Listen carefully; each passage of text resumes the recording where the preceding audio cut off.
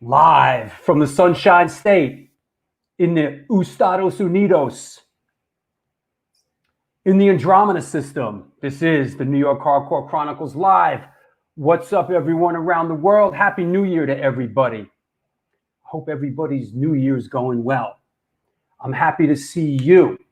Welcome, welcome, welcome, welcome. Got a great show today. Actually, all the shows have been great lately, you know? They really have. Happy New Year, Alexa. I hope you're well in upstate New York. What's happening in Belfast? Belfast, Northern Ireland. Woo! Yeah, there you go. It is Sunday matinee show, Sunday shout out today. What else? Happy New Year, everybody from Cavar City, Italy. I didn't know such a place existed as Cavar City, Italy. So there you go, live from the Hairy Knuckles. That's right, the Hairy Knuckles.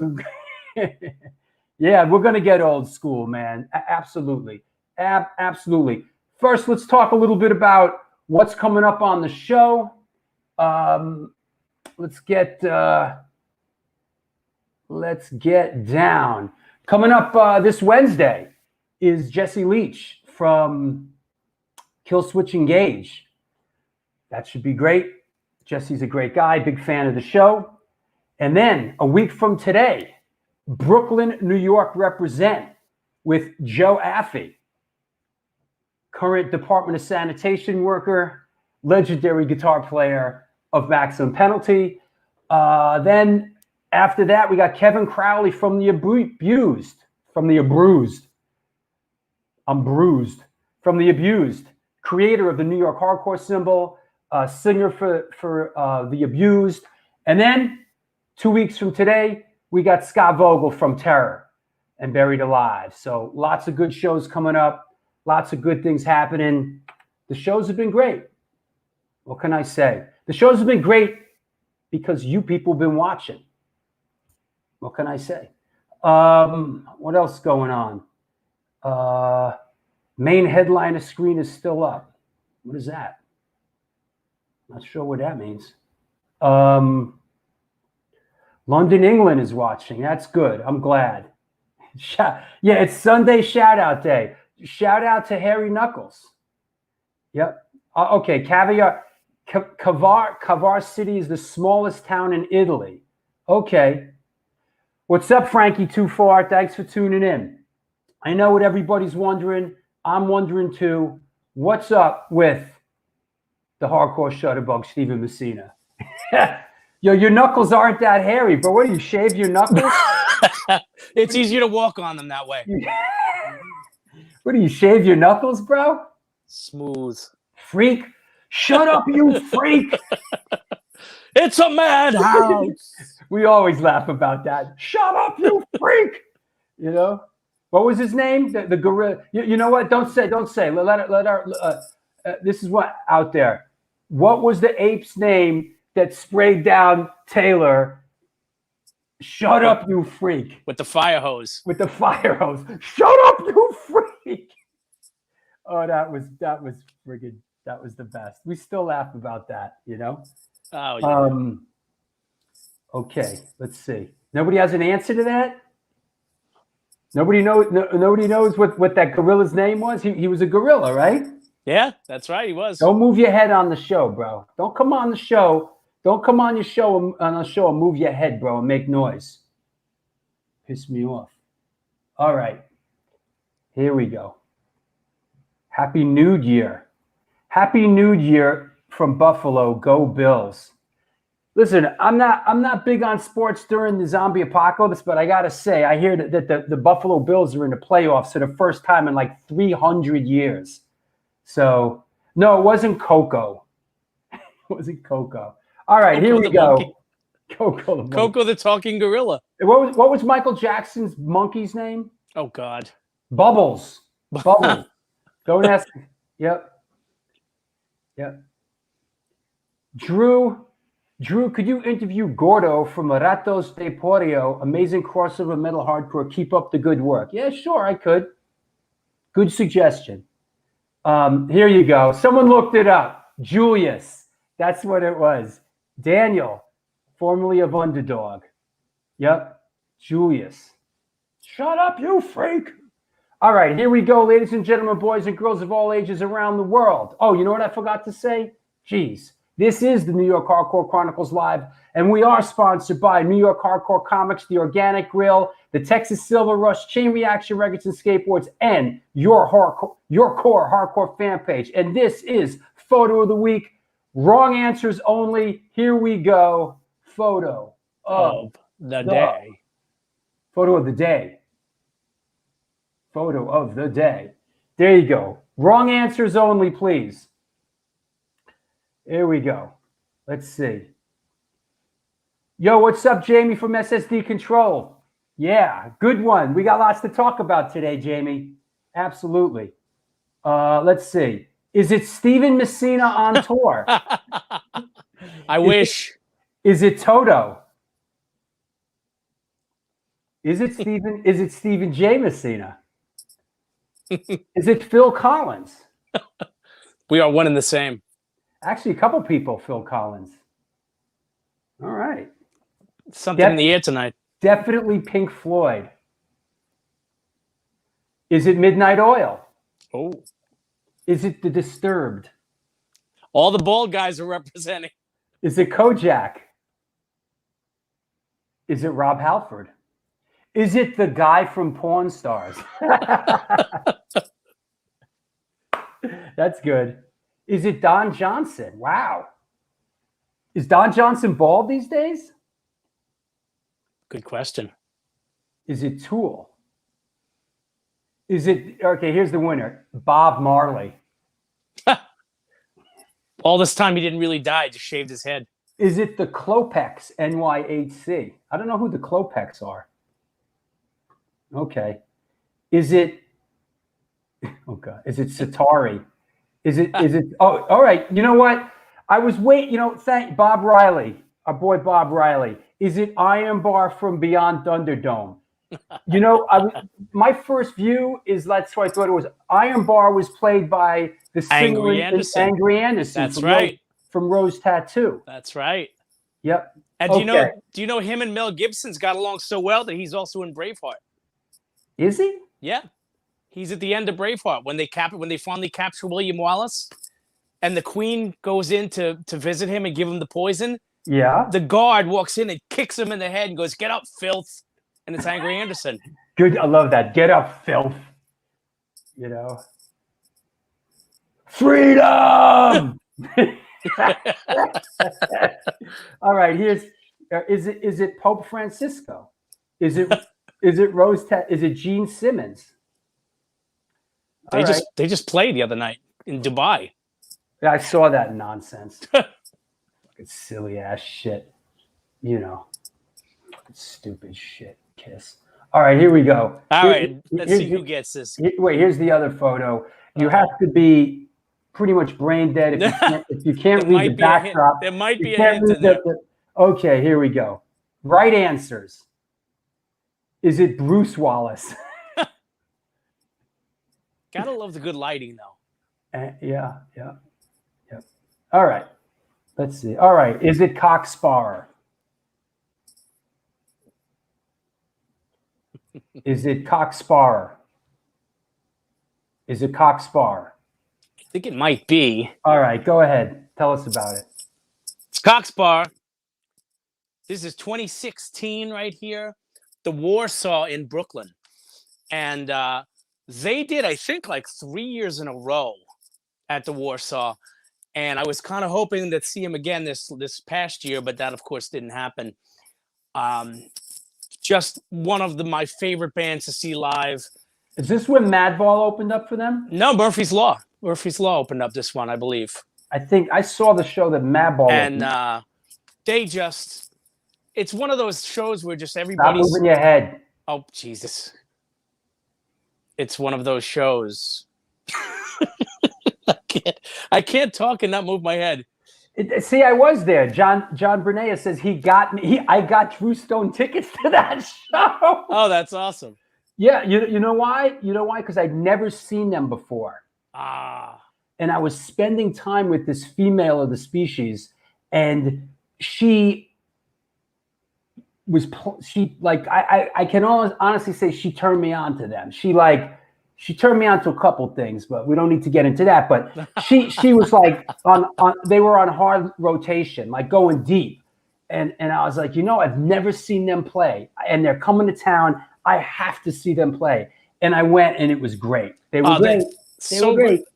Every song is a sing-along. Is that right? Dude's son is the singer for the Barstool Preachers? I did not know that.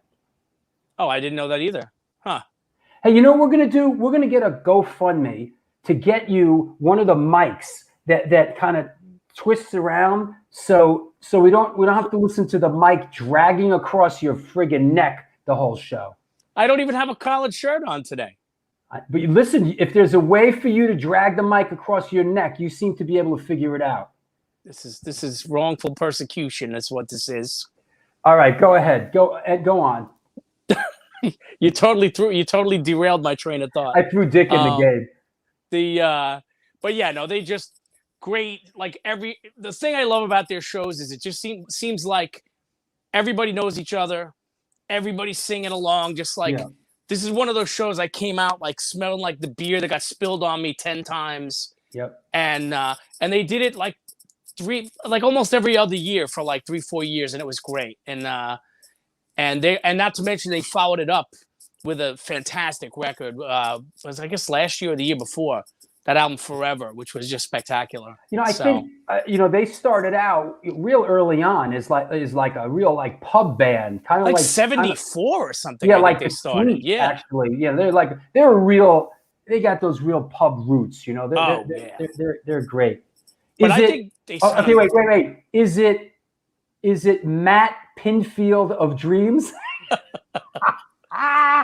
That's great. All right. It's because Steven has the neck of a caveman. That's the God's honest truth right there. All right. Yeah. Okay, I'm sorry. They're great, man. And Bernardo says Cock Sparrer in São Paulo, Brazil in 2011 was a war zone outside the gig. Pre-organized brawl of nationalists versus Antifas. One murder and multiple arrests. Holy crap. Yeah. That's a party right there. The one thing I remember about this show in particular, the bar right up the street, it was called Bar Matchless. Yeah, of course. Well, we went there for a pint before the show. Me and my friend Pete, who's an Englishman. Yeah, you played there. There was a back room you could play there. Yes, there was. And we walked in there, and I was like the only guy in there that wasn't from England, and everyone had the football scarves on. Mm-hmm. And it was, because apparently these guys are connected with a particular football team.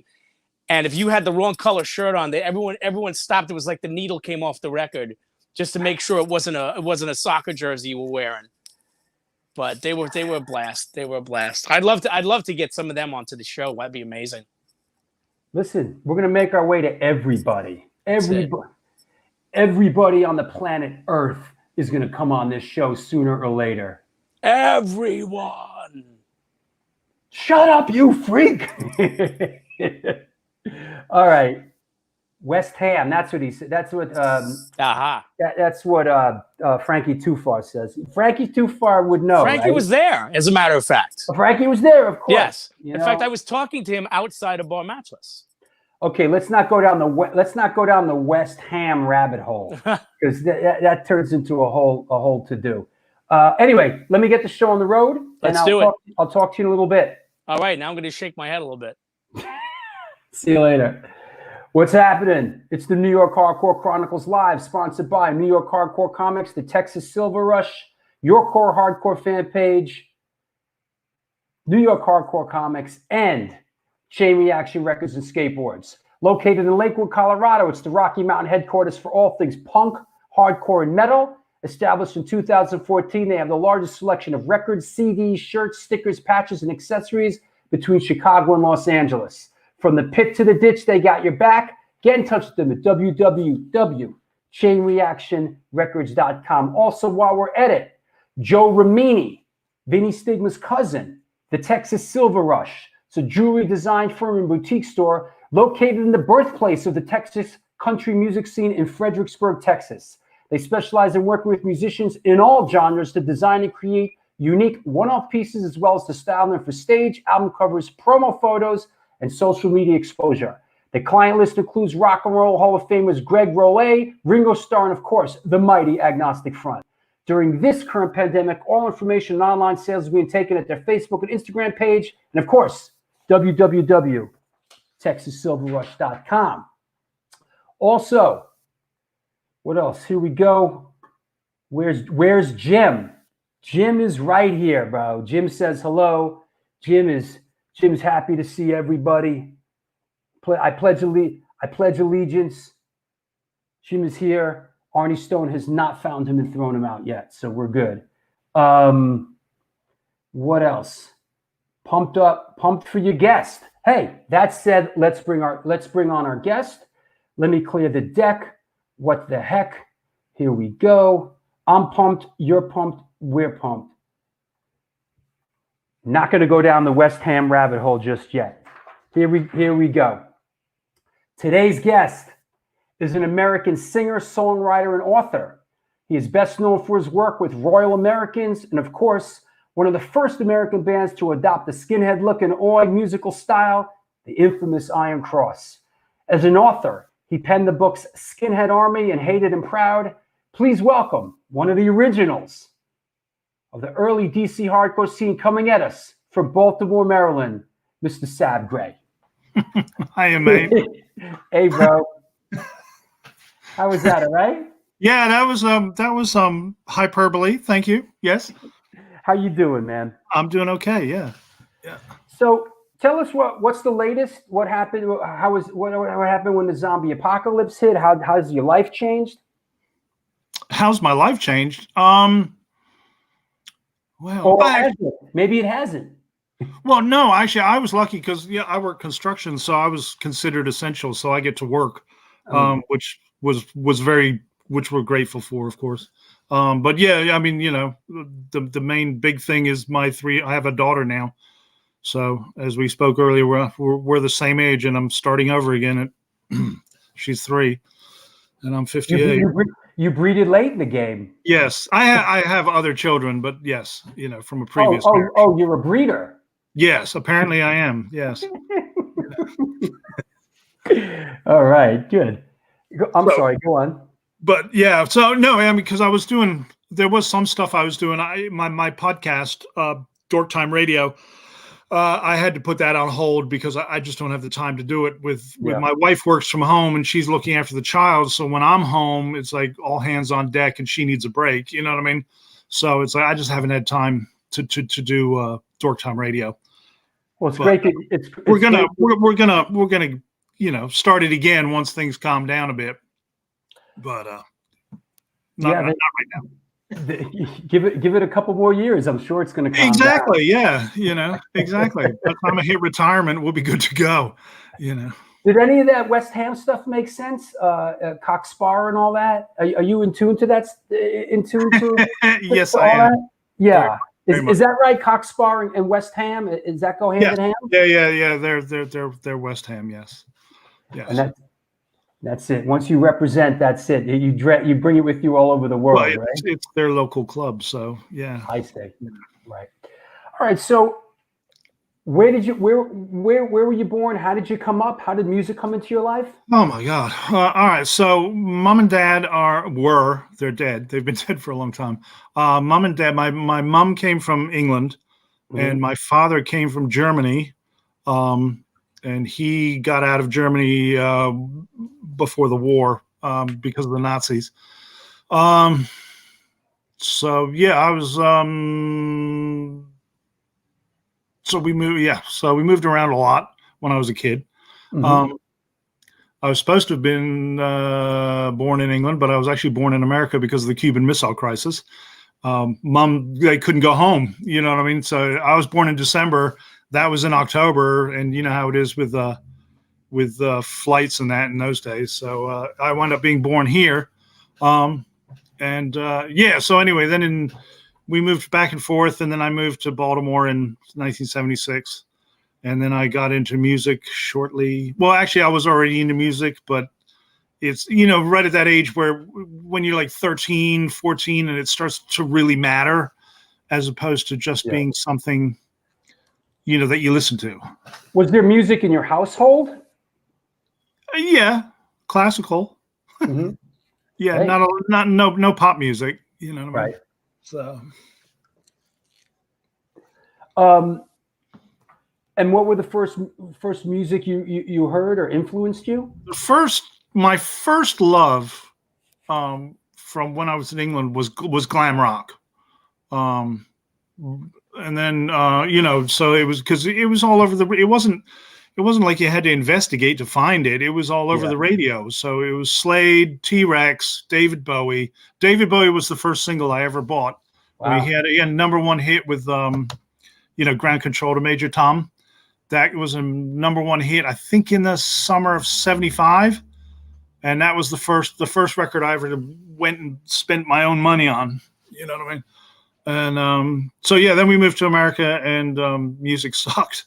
It went from glam rock to the Eagles, and was really kind of shitty. But then I had friends in high school. A couple of them were a little older than me. My old friend Steve Pocock, and they had really good musical taste.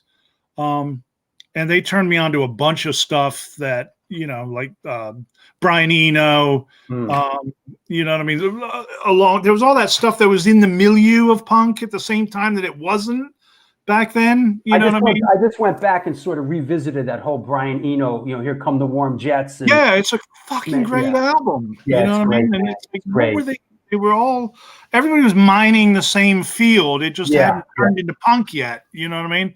And they weren't, they weren't the Eagles. They weren't Crosby, Stills, Nash and Young. And they weren't fucking Leonard Skinner or any of that bullshit. You know what I mean? Mott the Hoople, yes. All that stuff was sort of over here.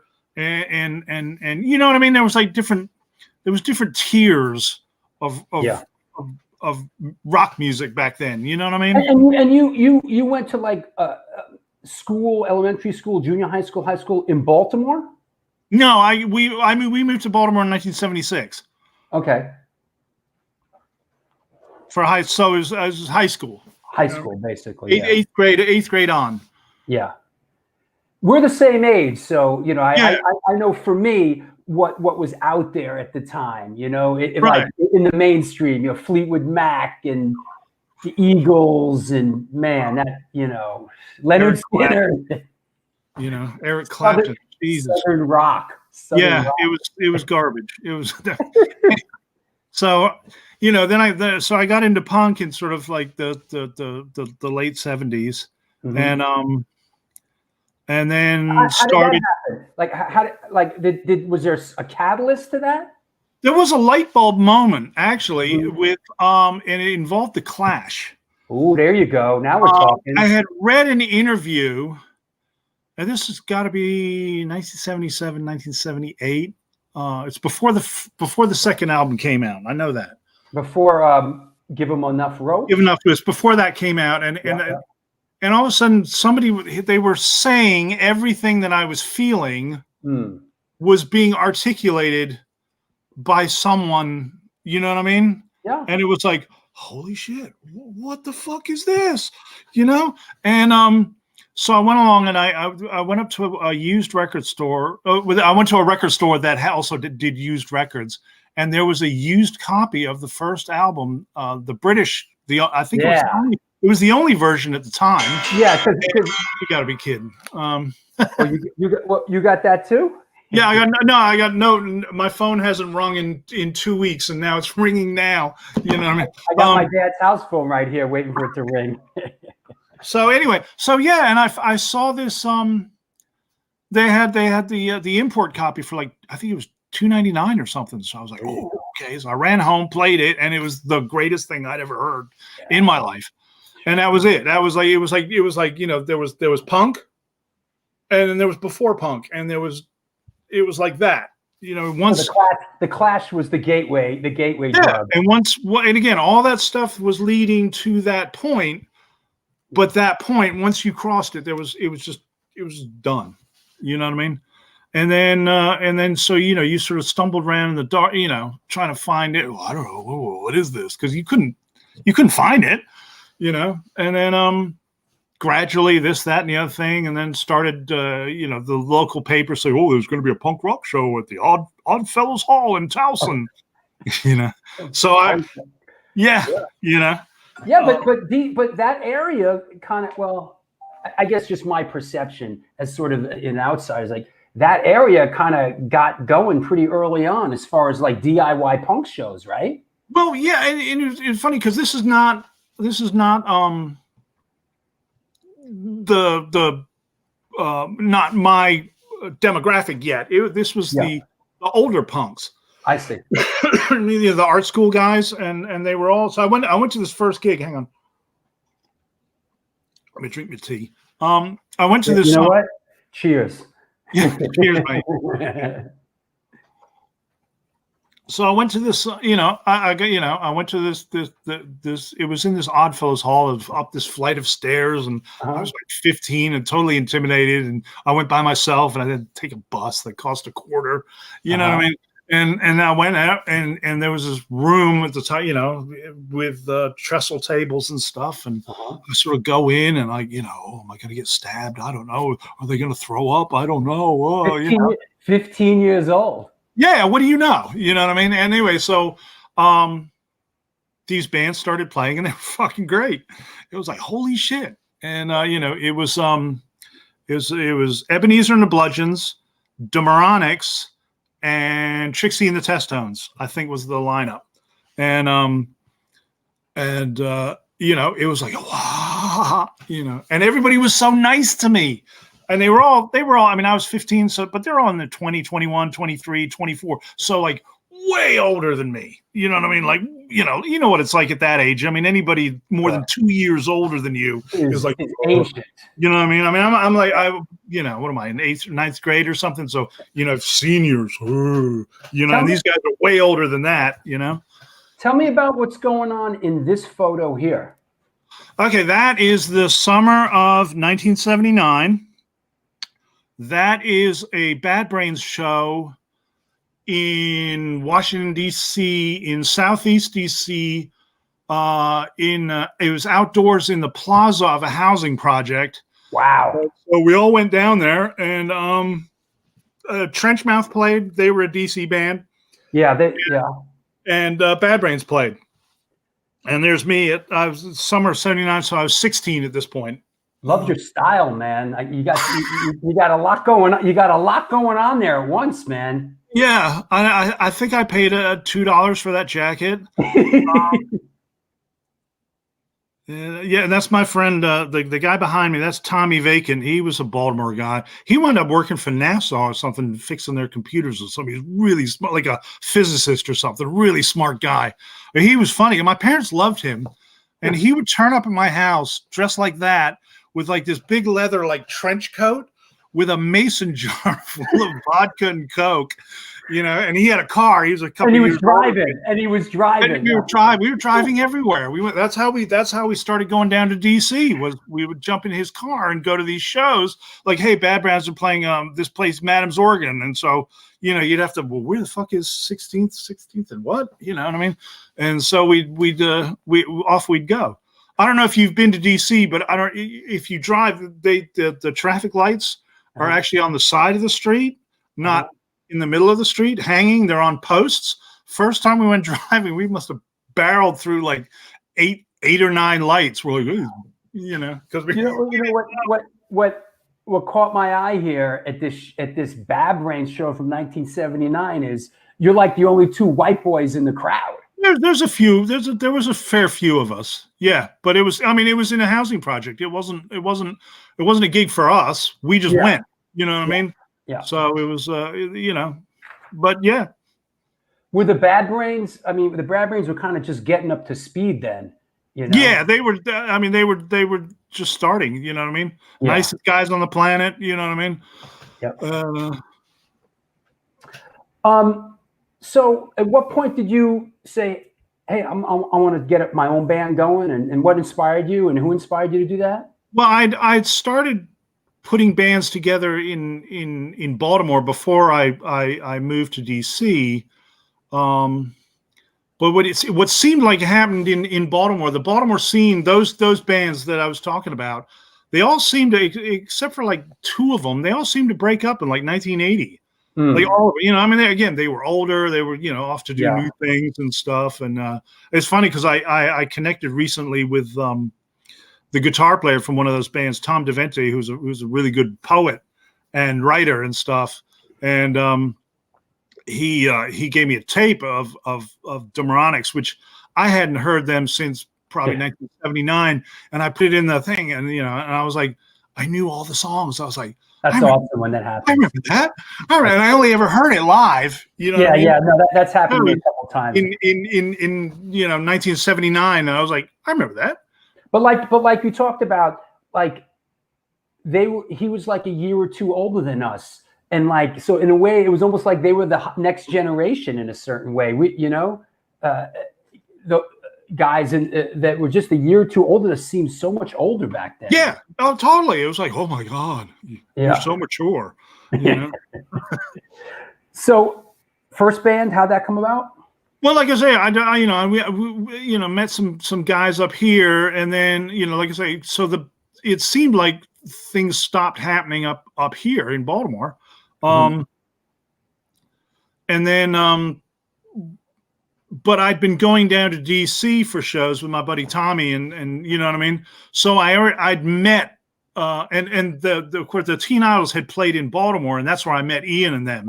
Like January, I think it was January of '79. I think they played, and I was there. And again, it was the same thing. It was like, oh my God, you guys are like my age. How you doing? Oh, you like punk? I like punk. Oh, you know what I mean? Like, oh wow, And they were young. They were young, right? Ian, Jeff, wasn't Nathan in that band? Nathan was in that band, and they had their whole crew. I think Mark Sullivan was there. You know what I mean? Henry was there. Yeah, right. And that's how I met them. And then we stayed in touch. And hey, we'd meet up at go down there, coming up here, and So when I graduated high school in '81, and so what was I going to do? I was like, well, might as well go to DC because I got a bunch of friends there. So that's what I did. And that's how the band, and then Dante and Mark were in a band, and I think Micro was the singer, and then he was more interested in skateboarding, I think. And so I was like, oh, sing, so I became the singer. And this turned out to be Iron Cross? Yes. Was the Iron Cross sound in place when you joined? No, in the sense, in which sense? Because I mean, they were actually younger than I was. Yeah, so. Right. I remember meeting Dante, and he was like a child, bro. He was like 14, 15 years old when I met him. Yep. Yeah, I was the oldest. I think I was 17 or 18, and I was the oldest. I'm the mature one, so no wonder doomed from the start. But but how did that sort of the Iron Cross sound come? Because you guys were radically different than anything else from that area at the time. I would put it honestly. I'd put it down to the fact that we couldn't play. Actually, Roger was a guest on my podcast when his book came out, and we both said the same thing. We were probably both of us in the bands that we were in the least musically accomplished when we started out. You know what I mean? Because I think Mark was 14, Dante was 15. You know what I mean? And bar chord. So, and plus everybody else was playing fast and they were doing it much better than we could ever hope to. So why not slow it down? You know what I mean? And again, I loved that glam glitter, English shit. You know what I mean? So. And it seemed like you had some willing droogs with you at that point too. I mean, I remember between Mark and Dante, that those they definitely with the right what the doctor ordered, and you guys didn't take well. First off, before this thing wasn't the Flex Your Head stuff, was that recorded before this? Oh yeah. Okay.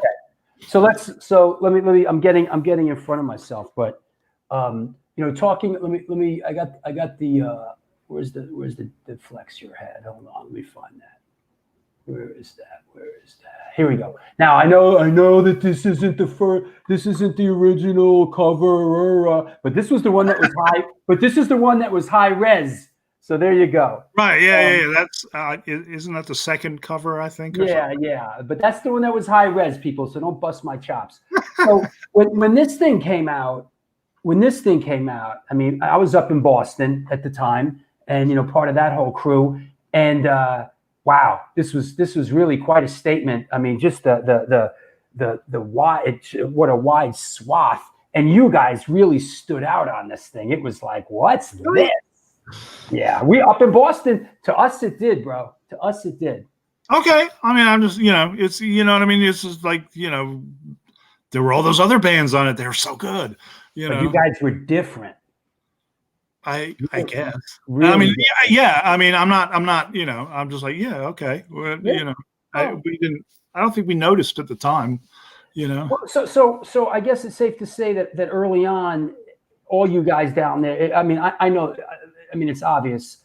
Bands are a little bit different, but we were all part of the same. It was all part of the same pool, so to speak. Yeah, there was only. I mean, there was hardly anybody there, so we were all friends. I mean, when that was recorded, we didn't have a bass player.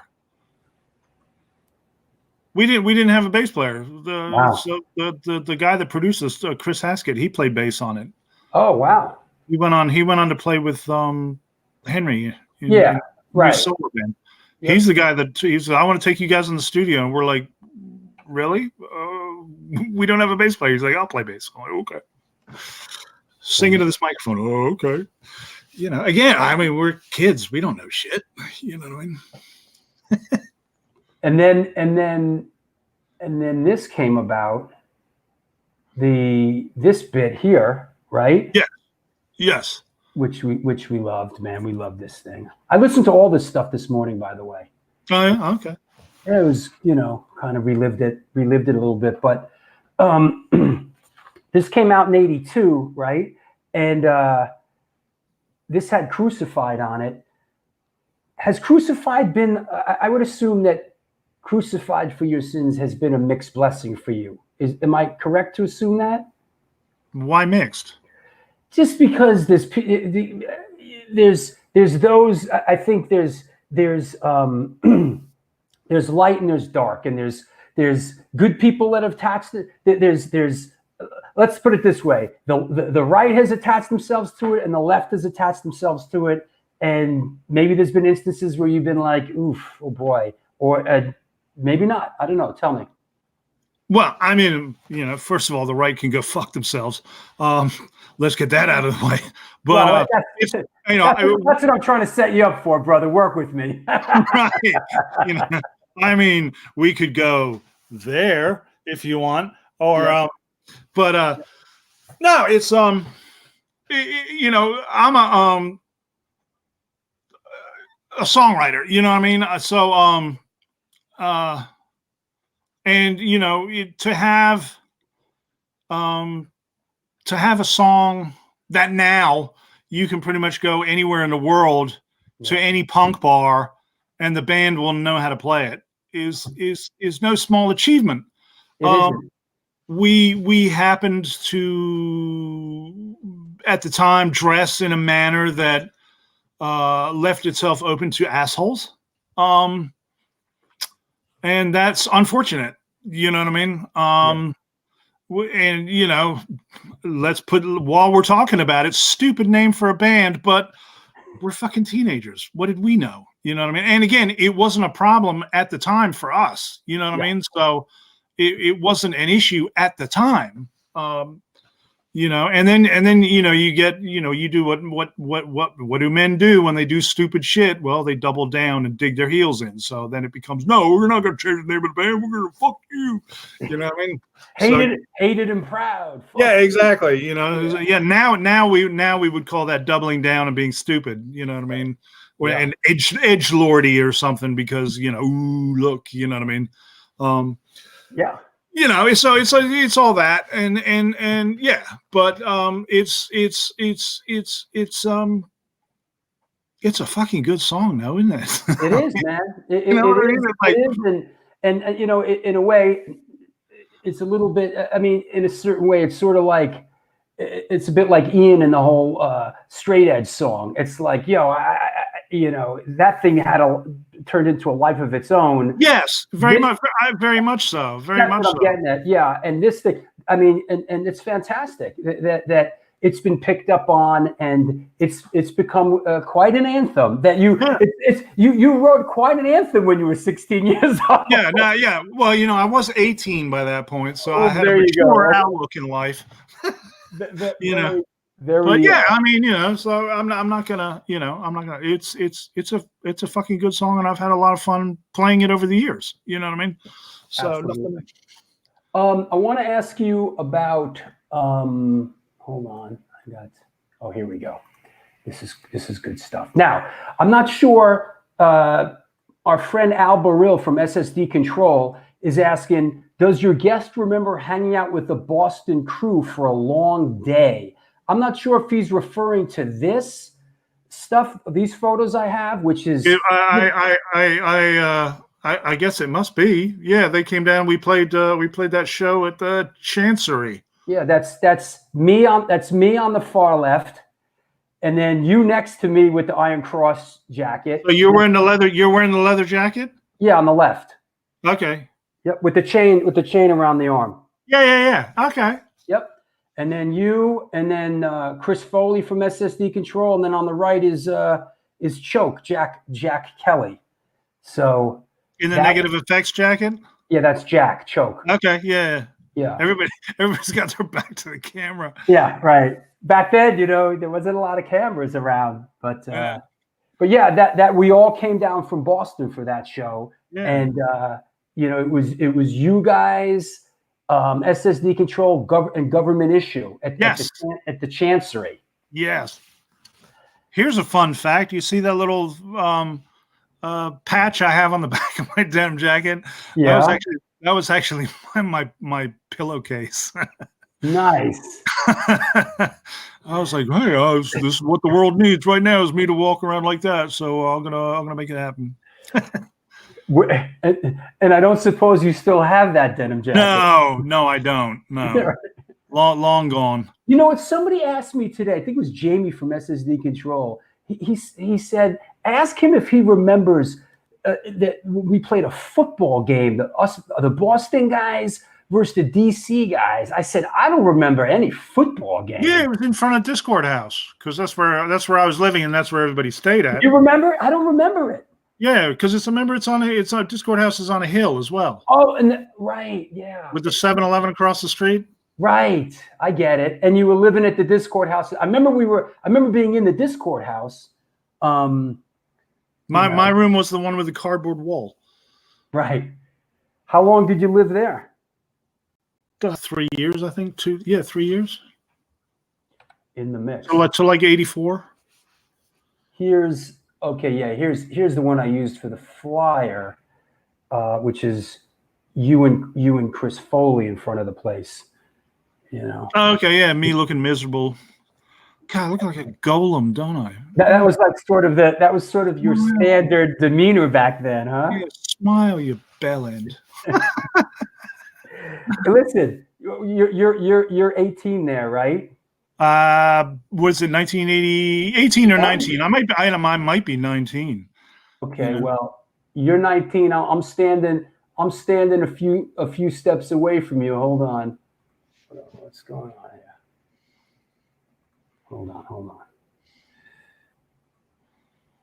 The system is fighting me. What the hell?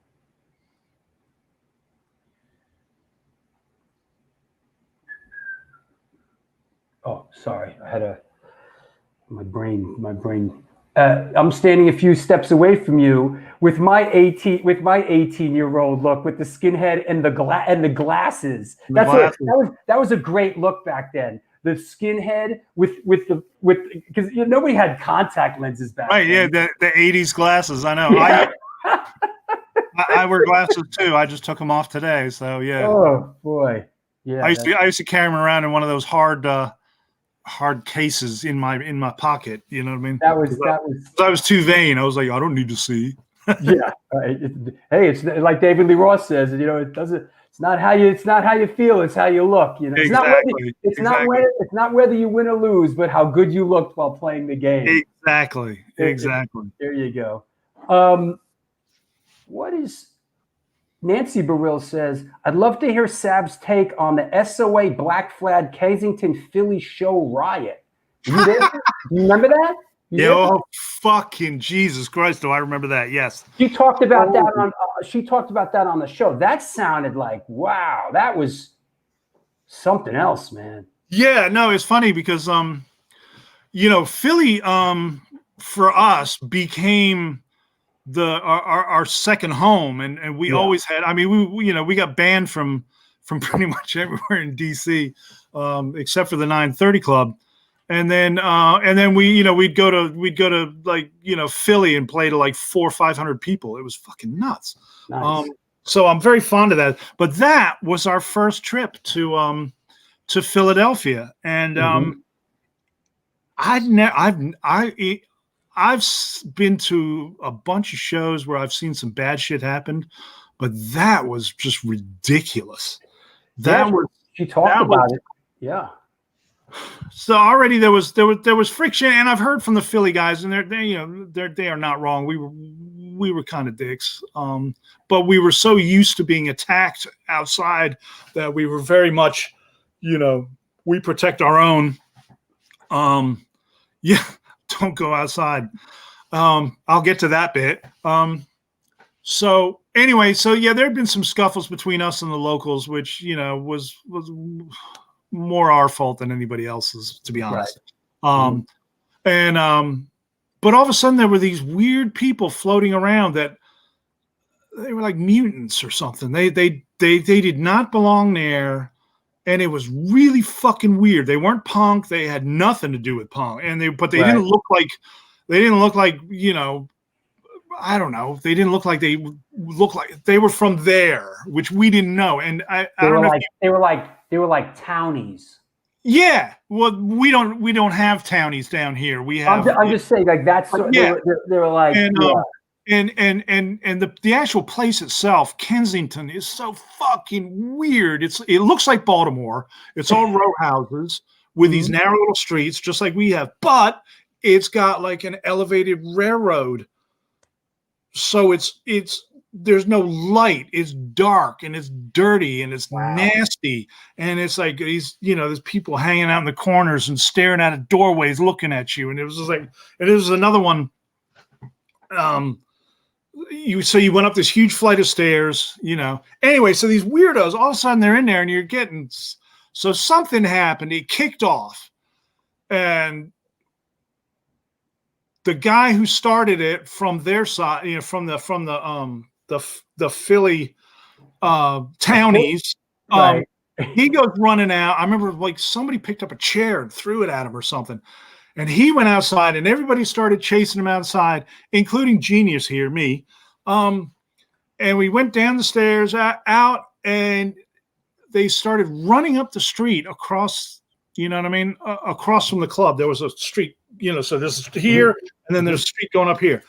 And D. Kazafov says Ducky Boys. It was exactly like that. They're whistling.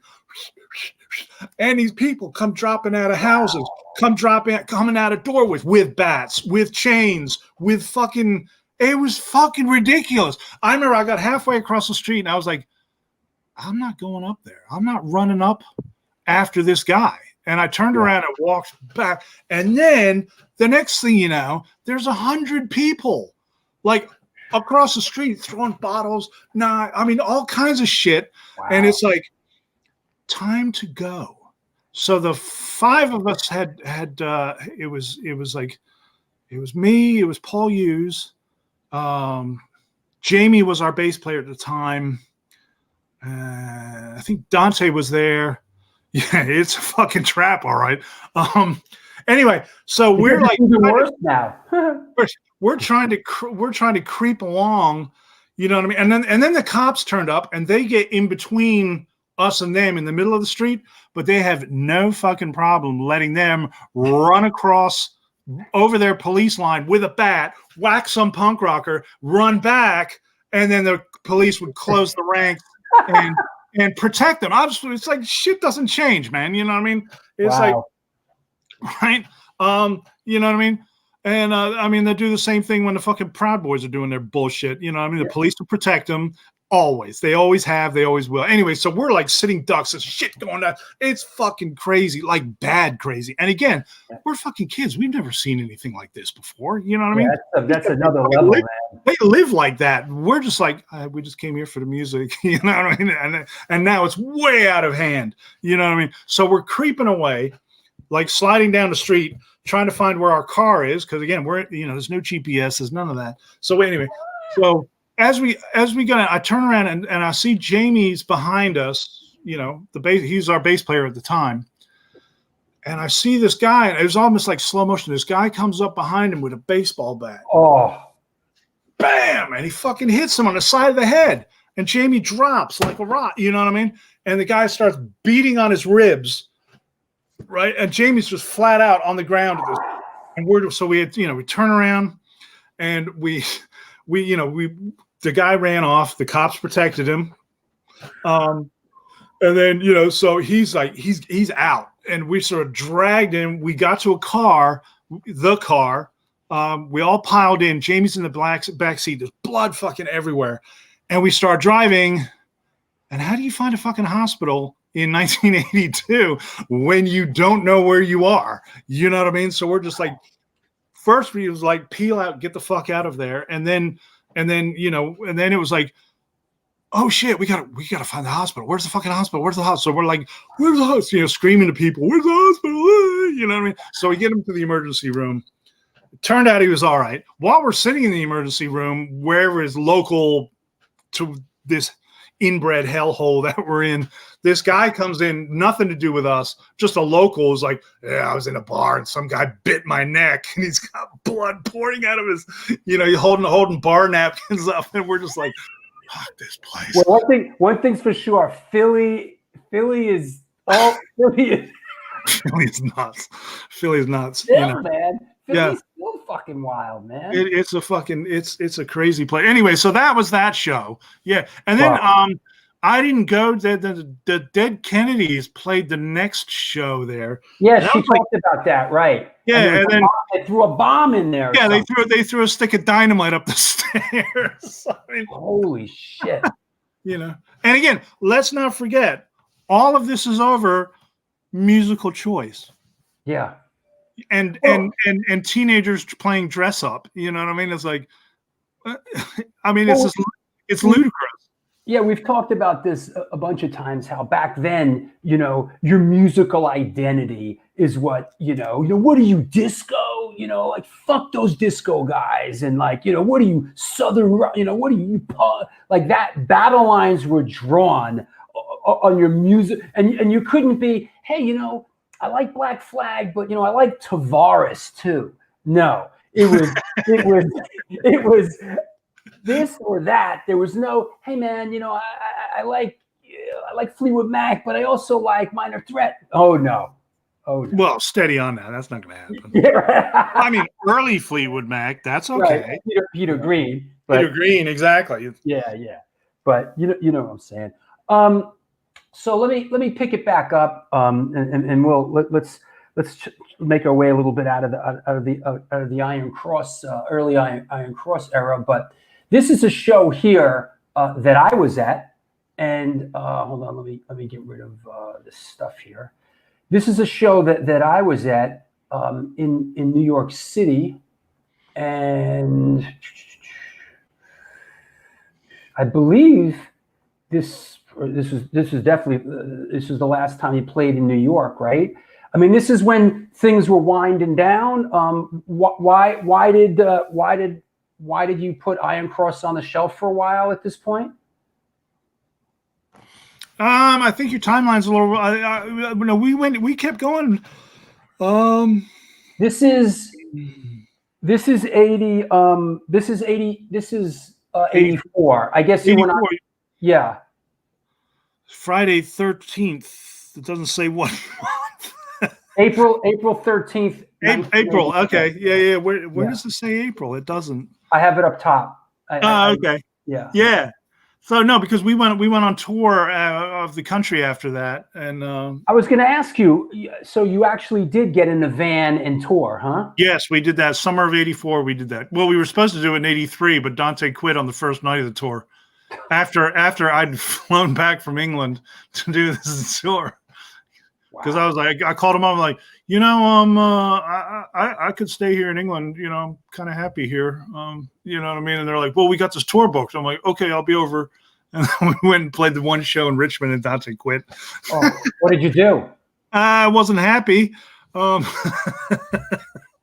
man. Story of my life. Yeah. Do you remember this show, the Rock Hotel in New York City? I totally remember this show. It was packed. I do too, bro. It was packed. The funny thing about that show was Mark, the original guitar player, was Mark Haggerty was leaving. He'd said he wanted to leave the band. Mm-hmm. It was time for him to move on. So we got this new guy, and Mark was like, "But you know what? I'll come up and play. We'll have two guitars, so it'll be a final show, and everything will be great. You know what I mean? And it was like, sweet. So we're gonna have two shows, and the Rock Hotel, by at least the standards of the day, was a big place. You know what I mean? I mean, it certainly seemed like it. You know what I mean? So we get up there, and of course, we wind up hanging around there for hours on end because they have those ridiculous load-ins in New York. Show starts at 9. Yeah, but nobody plays till 1. I don't know why you guys did that up there. It was ridiculous. It was crazy, man. It was crazy. None of the shows would start before 1 o'clock. You play at 4 o'clock in the fucking morning, and you've been sitting there because you can't. Like, we're from out of town. We don't know where we are. You know what I mean? It's like we don't know where to go. We don't know. So you're just stuck sitting in a club for like hours. I mean, like the A7 didn't get started until midnight. Right? And, yeah. Like, who does this? New York. New York. Anyway, so we're there to play the show, and we were hanging around in that hotel, the hotel part, the Jane Street Hotel. Yeah, I'll say I'll move on. There was this story there, but never mind. Does it have to do with transvestites? Could. Because that's what that hotel was known for. Oh, really? Yeah. Well, it was a little weird. Yeah. Right. And Anyway, so Sab made a friend and was invited to the hotel room, and that was in the hallway where we were sitting, and the guitar player picked me. Mark was a big guy. He just picked me up and said, "You're not doing that, you fucking weirdo. Look at this there were porn mags all over the Knock it off. the hotel room. It's like, well, no. Anyway, so yeah, but that show. So we had the second guitarist, and we come out, and that show was packed. I mean, I don't know what was the capacity for that place, 700-800 or something. I mean, it felt like that, but it was probably 300 or 400. Okay, well, it's still big. I mean, it's half. And you know what?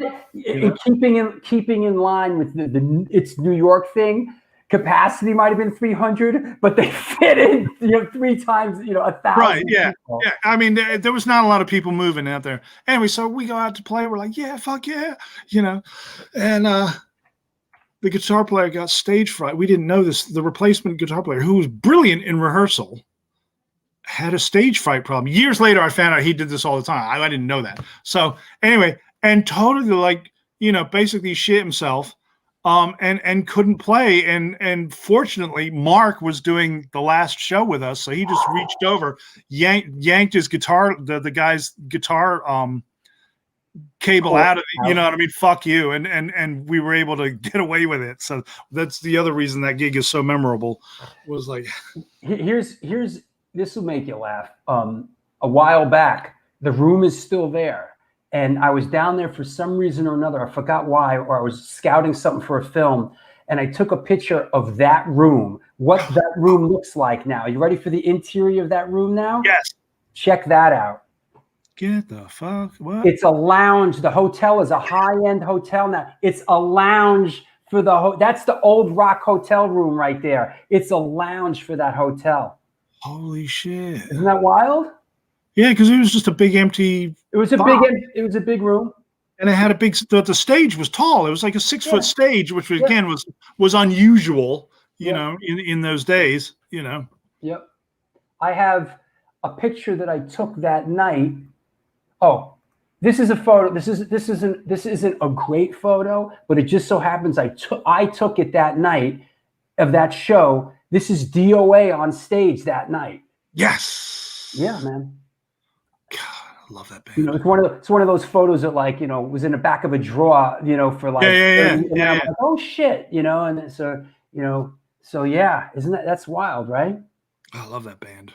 Yeah, they were great. They were great back then, man. They were really we love them, man. They were great. Let me get rid of this. Okay.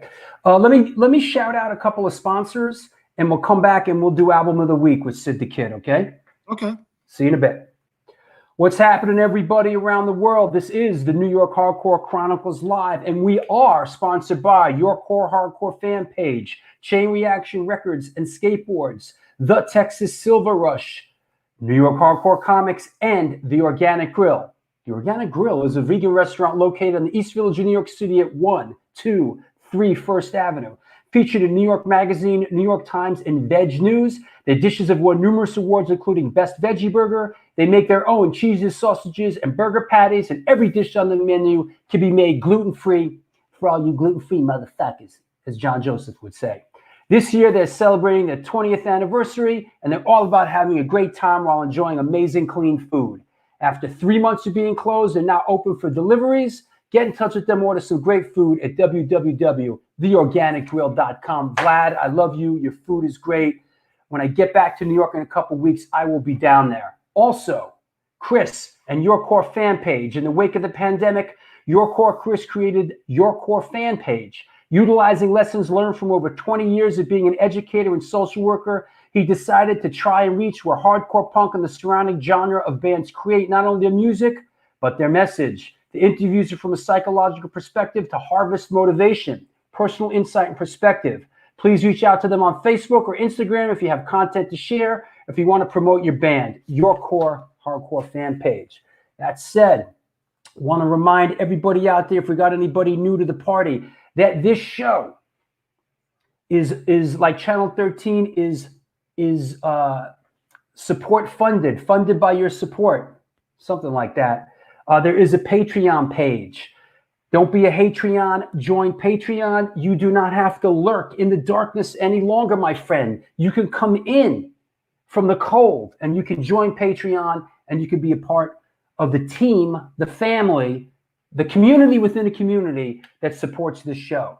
So if you watch the show and you enjoy the show, don't be a cheap motherfucker and support the show. You think I like getting on here and shucking and jiving? I don't, but it's your support is what makes this show happen. And this show is pretty happening these days. There's also a PayPal address there. You know, throw your hat in the ring. Throw your hat in the ring, so to speak, and support the show. I want to announce a couple other upcoming shows. Just so you know, Wednesday, January 20th, we have our old friend, Mr. Sean Taggart, coming on the show. Agnostic Front Crumbsuckers. It's the Crumbsuckers. Artist Sean Taggartsky. And then after that, we have on January 24th, it is going to be Keeler. We have the one, the only, Mr. Igor Cavalera on the show from Sepultura, Cavalera Conspiracy, Soul Wax, and Mix Hell. Igor's an old friend. It is going to be Keeler. Igor is great. So check that out.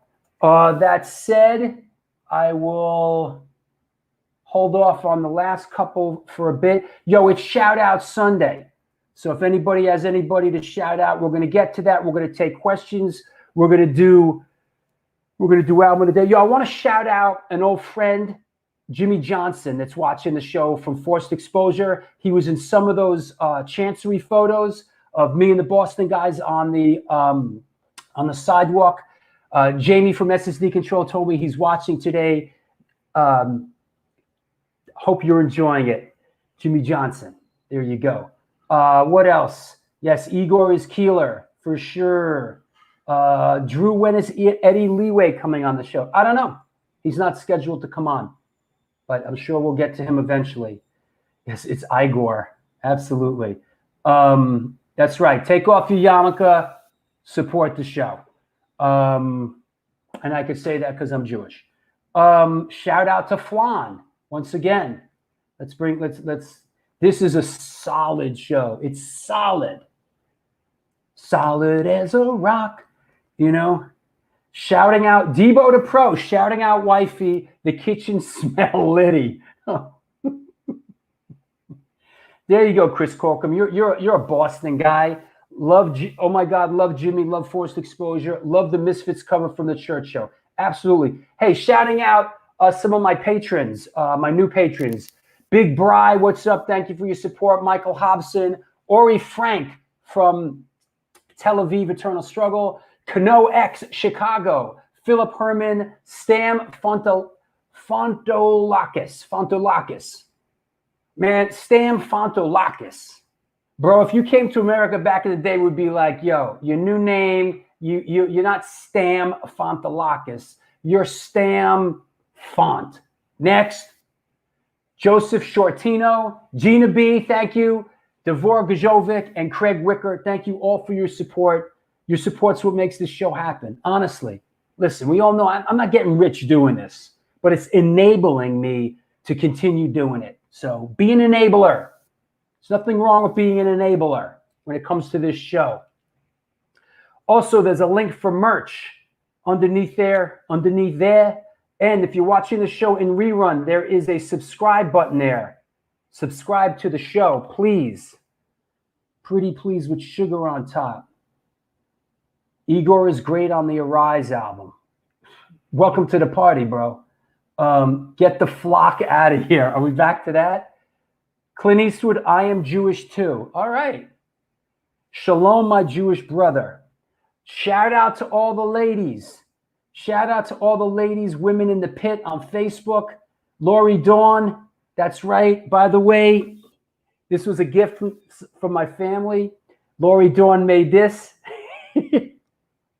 There you go. I gotta put it. I know you sent the hook for it too, but thank you, Lori. I'm a big fan of your art. Lori Dawn, Mini Drew. All right. get cool gifts. You want cool gifts? Start a show. Get an international fan base. You'll get some cool stuff. That said, I think we're covered. Shout out to Schlumpf. Living legend right there. Okay, shout out to Schlumpf.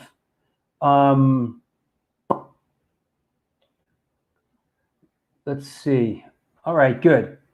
I'm Jewish. Hey, you got any Jew in you? You want some? All right. Love your art, Lori. Okay, enough silliness. Let's keep it moving. We'll take another break in a little while. Let me clear the deck. Let me bring on. Clear the deck. Let me bring on our guest. Hey, buddy. Hey. Hey, a friend of ours wants to say hi. Okay. Ladies and gentlemen, Bob Riley. What's up? Bob, how are you, mate? Hey, can you hear us, bro? Yeah, but you know me, man. The audio is it's hanging in there right now, so as long as that hangs in there. What's up, Sab? How you doing, mate? How are you? What's going on upstate, Look Bob? at that hair, bro. Damn. I know. Because I can, darling. Because I can. Nah, man, it looks good. You know, grow while you can. Mine's gone. Exactly. If I had it, I'd grow it. You know, at this point. Hey, let's do this. Let's bring Sid the Kid on. Hey, what's up, Sid? Boom. What up, Drew? What do you What say, up, man?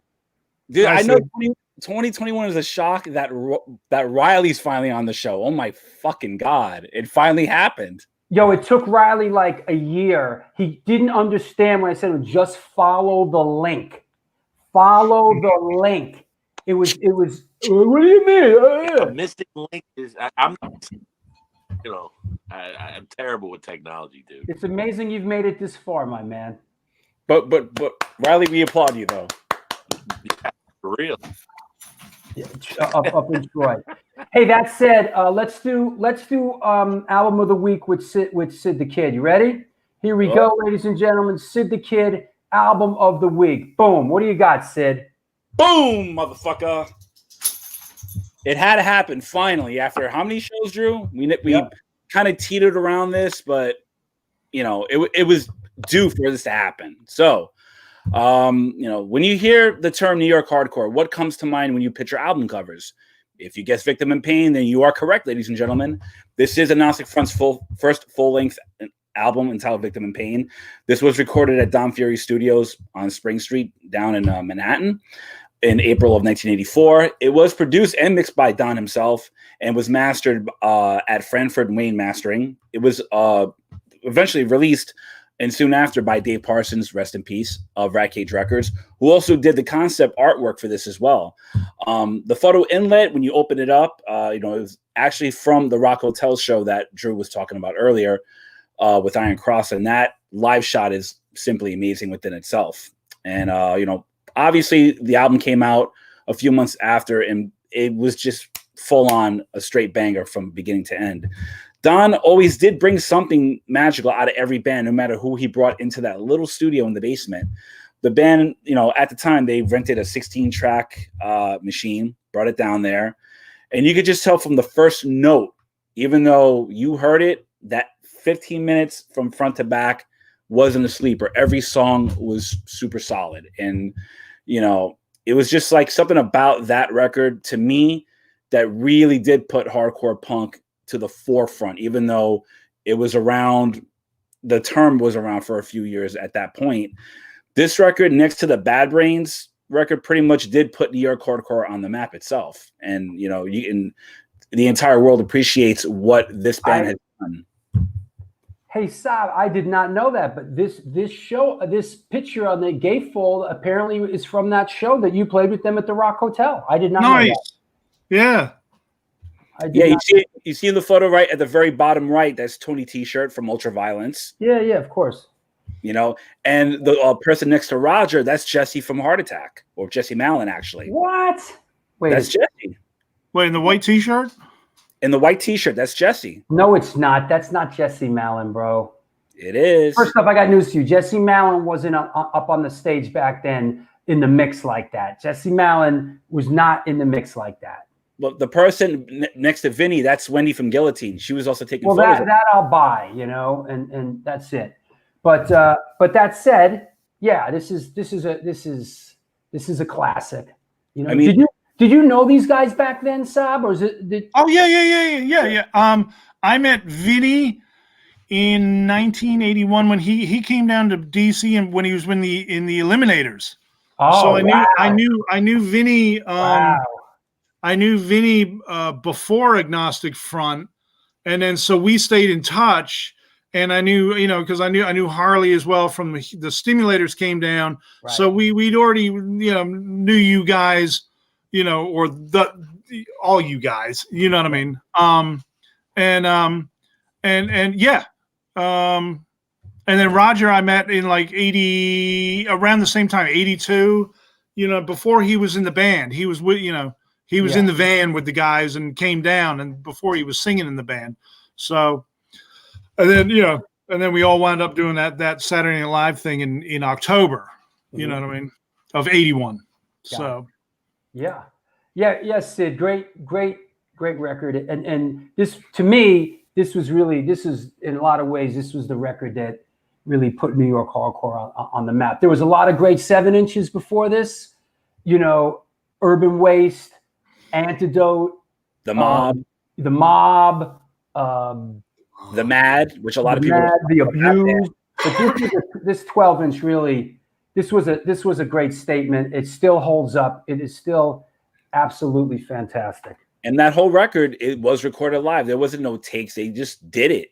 They just blasted it out. I mean, that's something, and you could tell with, I mean, for a musician's ear, you could tell, and this is like kind of the running joke, and it is true, Stigma played that whole album out of tune. But, you know, at that time, nobody gave a shit. But that's what makes it so intriguing about the record is such a raw record. It's just like, it's, you know, not polished, not clean. You just do it, you fix it up a little bit, and you put it out there, and it just, from beginning to end, it's such a what's going on here with this photo that Steven sent me from 10 years ago? I like these photos when you're trying to look hard with your Iron Cross shirt. I like these old. I like these old shots of you when you're just I love these shots when you're just thugging, Sid. I love it. Hey, Steven got me on when I had I think about 4 whiskeys in at that Suicidal Tendencies show. Actually, you even remember where this is from 10 years ago? Yeah, it was a Suicidal Tendencies Underdog. That's before you see like right there on the little. I see. Set times. Oh, yeah, it was at a Terminal 5. That was actually, to my recollection, that was the big, next to the Cox Bar show, was the biggest show I've ever DJed to date. There's like 3,000 people there. Wow, which is amazing. All right, good. Just busting your balls, Sid. I love you, and I appreciate all that you do for the show. And Sab, by the way, when you did really quick that Iron Cross shirt, I actually bought when you guys you played CB's a few years prior to that. 2 of your members couldn't make it at the time, so you and one of your other band members did like an acoustic set when me and Vinny walked in. So I don't know if you remember that. This is around the time. Oh God, I remember that. Boy, yeah. This is around the time when Joey just literally passed away. It was around that time.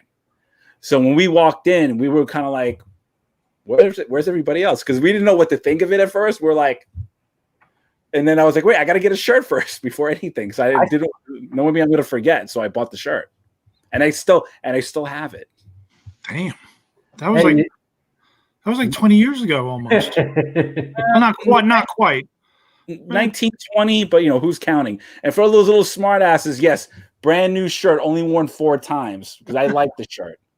All right, you know what? You know you got to go along with the gag, Sid. You know I get along with the gag, but you know what? White shirts in punk rockers and hardcore don't mix because it's just Whew. All right. Well, thank you, Sid. Thank you for album of the week. Appreciate it. All right. Thank you, Drew, and thank you, Sab, and thanks everybody for checking out the show. And it's just been an amazing ride so far. Talk to you soon, man. Thanks, mate. Hey, listen, there's room on the boat for everybody here. You know. Let's talk a little bit about. Let's get off the Iron Cross stuff. You moved to England for a while, right? Yes. What was the catalyst for that, and what brought you back? Walk us through that. It was both of them were like the Iron Cross thing had ran its course. Yeah. So I was just sort of, it was just time to try something new. So I figured I'd go back, you know what I mean, and do some things there. And then I wound up, living over there for 12 odd years. Where'd you live over there? London, mostly. London, and I lived in Burnley for a bit, outside of Burnley, in Lancashire. Did you play music over there when you were over there? Yeah, yes, I did. Yeah, oh yeah. Nothing you'd have ever heard of, you know what I mean? But we were playing, and sort of one of the bands would move on to songs that I wrote would turn into the Royal Americans when I came back. I see. So. Let's talk about that a little bit, the Royal Americans. Listened to a bunch of stuff this morning. I gave this a good listen to this morning, and I must say, I fucking loved it, man. Oh, thank you.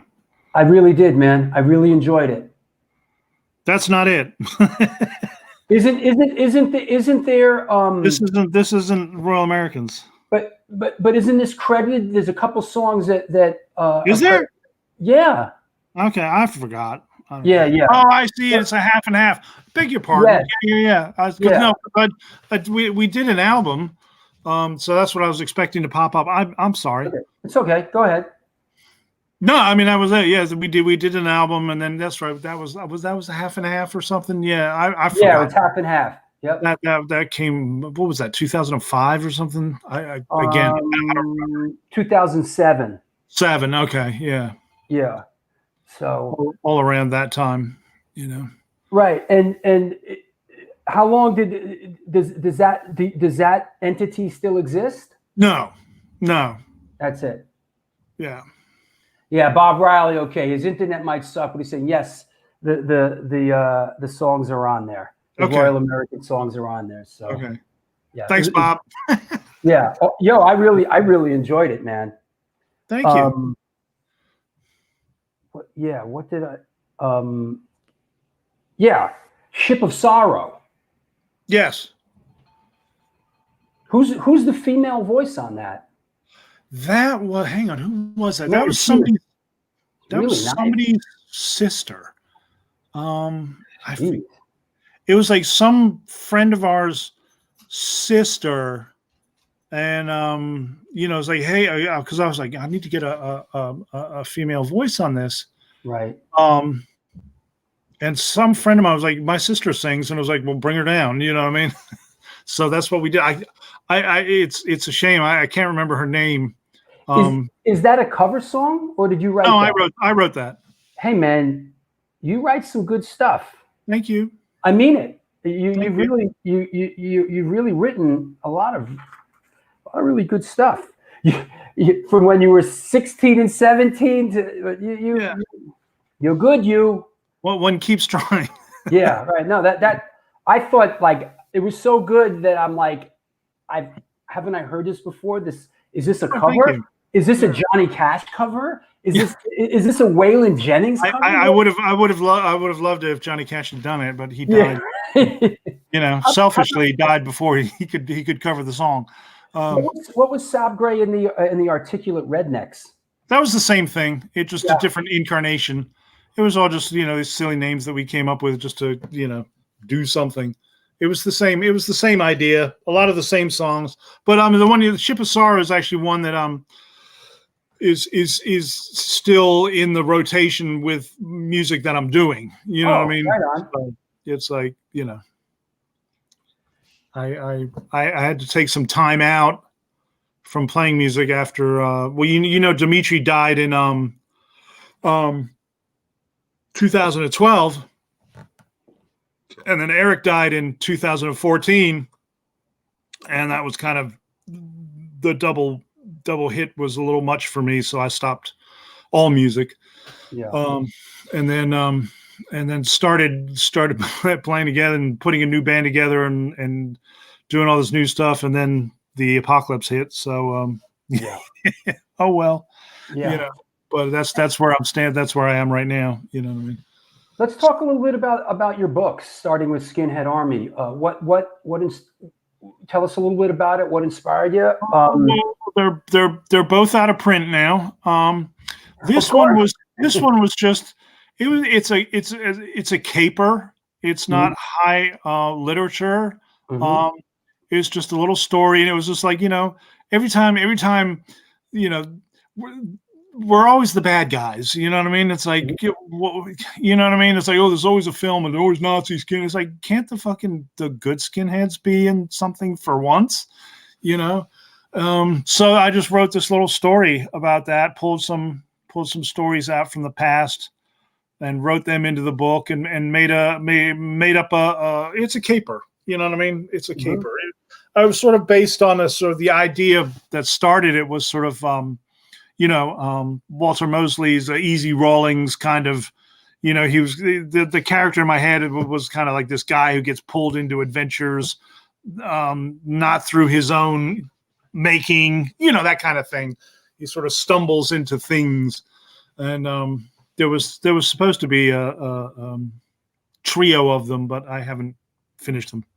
They're Trio in 3 parts. So, and this one is, give us a little background on this one. yeah, that's the second one. That one is Is again. this a biography? No, it's not. The guy is, you know what I mean? I wrote it in first person. I should have. I made a fictional me, sort of me going to 11, and it's all fiction. Again, there's a few individual incidents that may or may not have come from real life, but they did. But none of the major page turning ones, you know what I mean, in the plot, just the incidental ones, you know what I mean, getting your head kicked in and walking down the street or something. Those ones, none of the plot. It's with a bit of editing, I'd be happy to see that one out again. You know what I mean?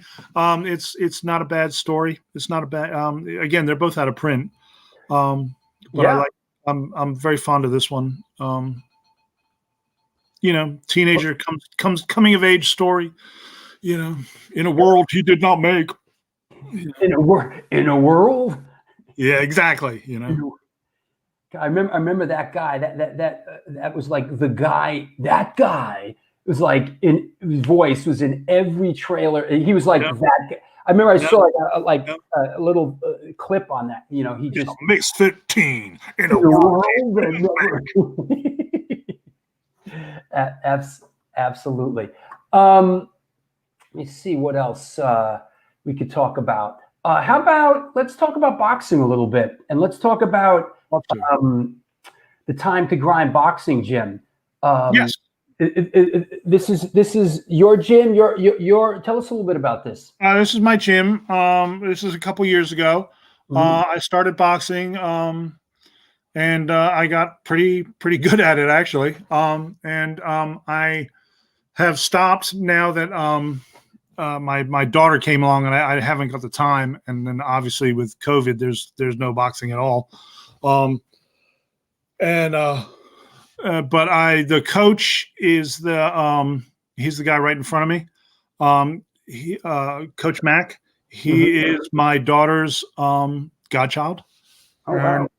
We've been talking, and I'm going to be moving to the board of the boxing gym once this thing lifts and we get back out there. And at your age, you're in there getting punched in the face? I was, yep, quite regularly, yep. Everybody has a plan until they get punched in the face, right? Yep. And then, but once you get used to getting punched in the face, you can come up with another plan, Right. No, I absolutely love boxing. Have you always, or is this something that you've just really? I started later in life. I always liked it, you know what I mean. But I started later in life, and it's just everything about it. It's a martial art, you know what I mean. And there's the training, and I was getting up 4 o'clock in the morning and going for a run, 5K, and then going to the gym 4 or 5 times a week, you know what I mean, and sparring and doing that, and just living that life. And it's very, very fulfilling. And I come from a boxing. there's a whole the movement, and you know what I mean, and learning. Once you learn how to move, and it's like and there's a lot of history there. There's all the history, and like way more than people just talk about. But it's the whole. It's like it's the haiku of martial arts. Do you know what I mean? Yeah. You got 6 punches. You got 4 steps. What are you gonna do? This is what you do. You got that's all you have. So what are you gonna do with it? It's like the blues. You know what I mean? I was just about to say that. And then you peel back the onions, and there's all kinds of outside, inside. When you're this, you know what I mean? What do you do when your guys got it? We'll smack his hand down, or do you turn your glove this way? And it's beautiful. It's beautiful. You know what I mean? And then other times you get the shit smacked out of you. You know what I mean? And then you come home, hi honey. Here's we'll start peppering in a couple questions.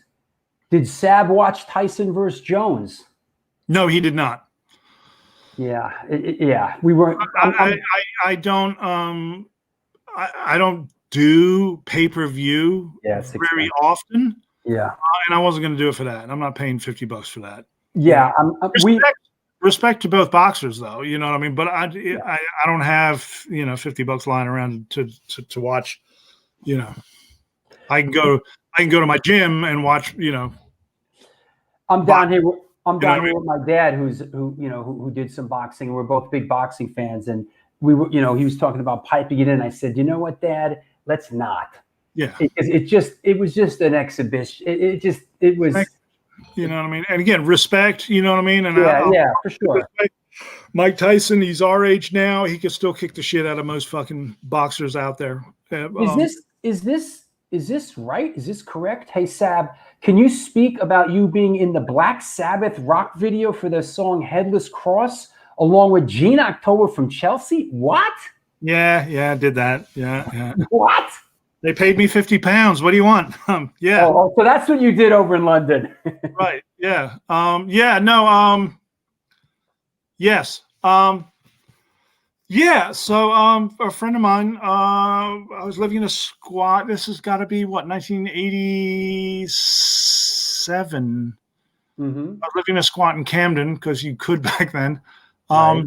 And there was my house, full of rock guys and punks, and there was another house two doors down, and the guy Finn, we all played in bands together and stuff.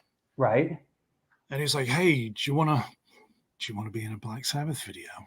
And I'm like, "Sure." So yeah, it paid £50, which was not a small sum of money back then. Right. And we had to go. We went from London in a coach on a bus. And we went down to Hastings, which is on the coast, which is where the Battle of Hastings was. I gotta watch this video. It's awful. That wasn't a great era for Black Sabbath. Not the best era for Black Sabbath. No. But anyway, so yeah, we went down, and it's actually filmed in this. It was actually a Battle Abbey, which is now like a girls' school, which was closed, of course. So anyway, there we were. We were given monk outfits to wear, and they had us like holding torches and walking around in a field in circles, and then we had to pick up this cross because the song was Headless Cross, which I guess is a stick, but we had to pick up this big Celtic cross thing, which was the best bit was it was made out of styrofoam. It was kind of windy, so you had to make it look heavy, and then the wind would catch it, and it would shake. You know what I mean? I'd be like, "Cut, do it again." Anyway, so that's funny. Yeah, and everybody was like soaking wet. It was freezing cold. We went down to the off license, the liquor store, and all got beer and stuff, and we stuffed them in our under our monk outfits, and walked around, and then. We were all, and plus, it was not their high point. So not only were we the extras, but we were also the production crew and had to move bits of equipment around. And it sounds very, very Spinal Tap. It was really Spinal Tap, especially because the singer at the time, And here's I'm dishing dirt. The singer at the time, Tony Martin. Yes, Tony Martin. Bit of a dickhead. Little bit of it comes out, right? So the rest of the band, it was Tony Iommi, coolest guy ever. Yeah. The drummer was Cozy Powell, really nice guy. He's like, "Hey lads, how you doing?"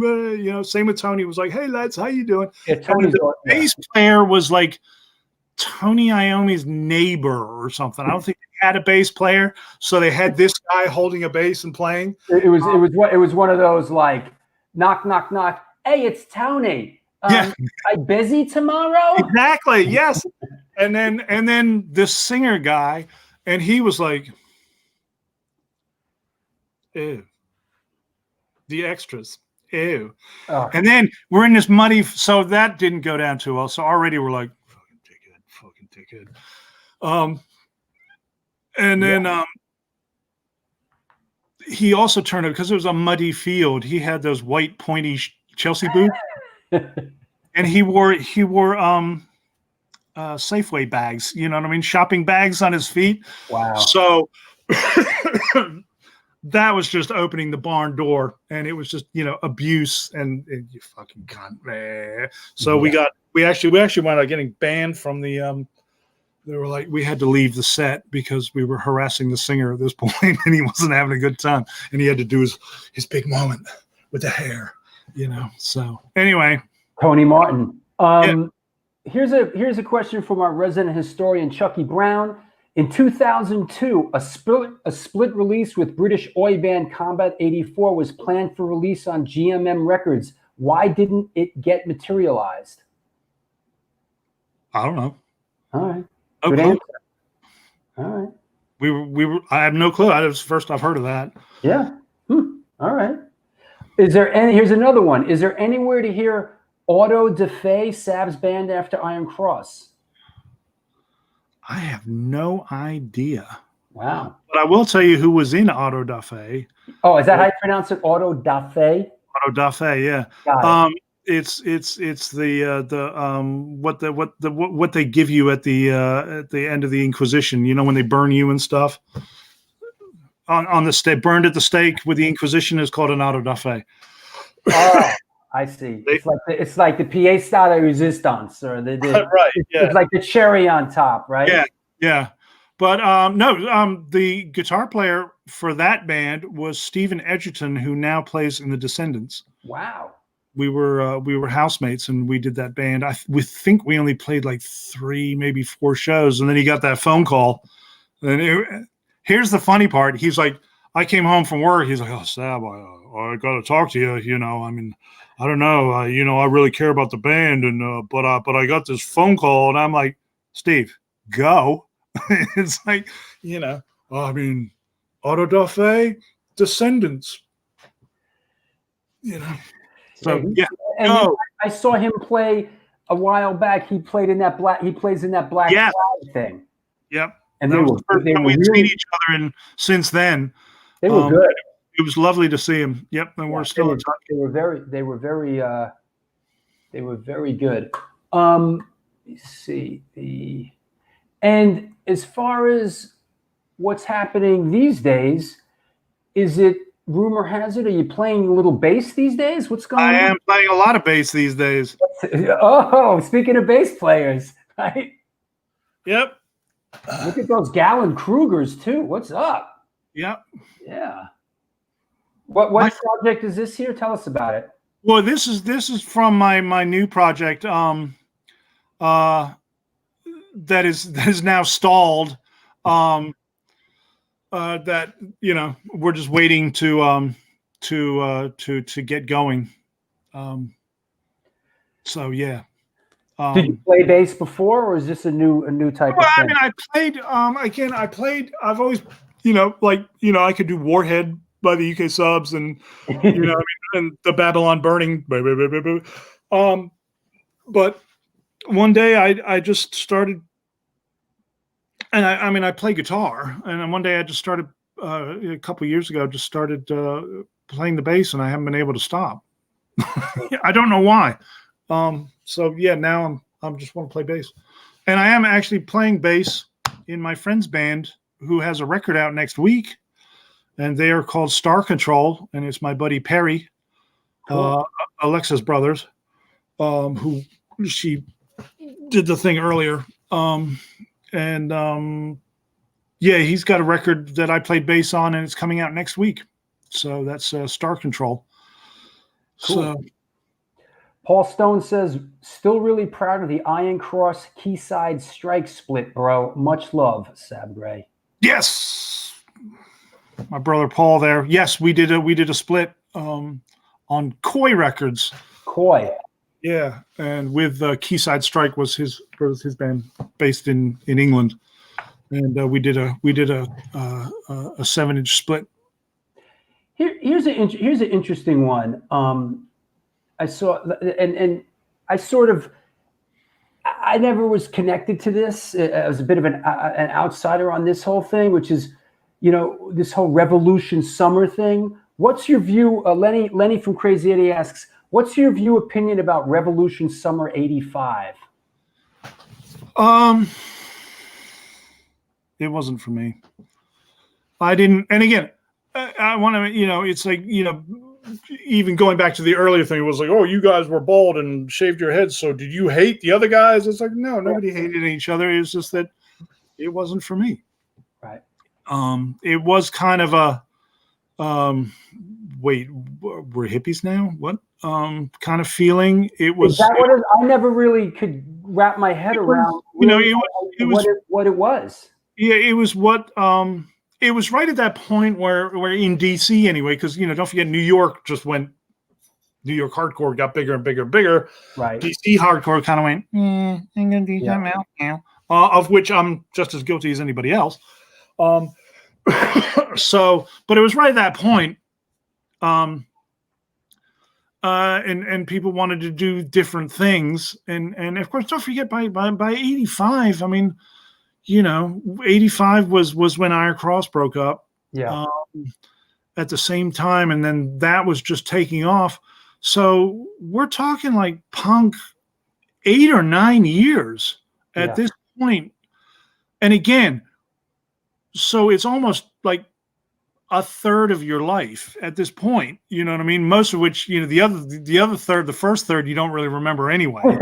So, you know what I mean? That's a long time to be involved in something, and it was just a time when people, okay, we've done that, and wanted to branch out, and I don't. Again, it was not for me, but I'm not going to sit here and say you're a bunch of assholes. So let's make sure that is clear, because you know what it's like with all the middle-aged men like our age will be on the internet going, oh, he said that, you know what I mean. And it'll get stupid. It was not for me. Like I say, I went to England and did other things, and it did its own thing, which was entirely admirable, just not for me. You know what I mean? Got it.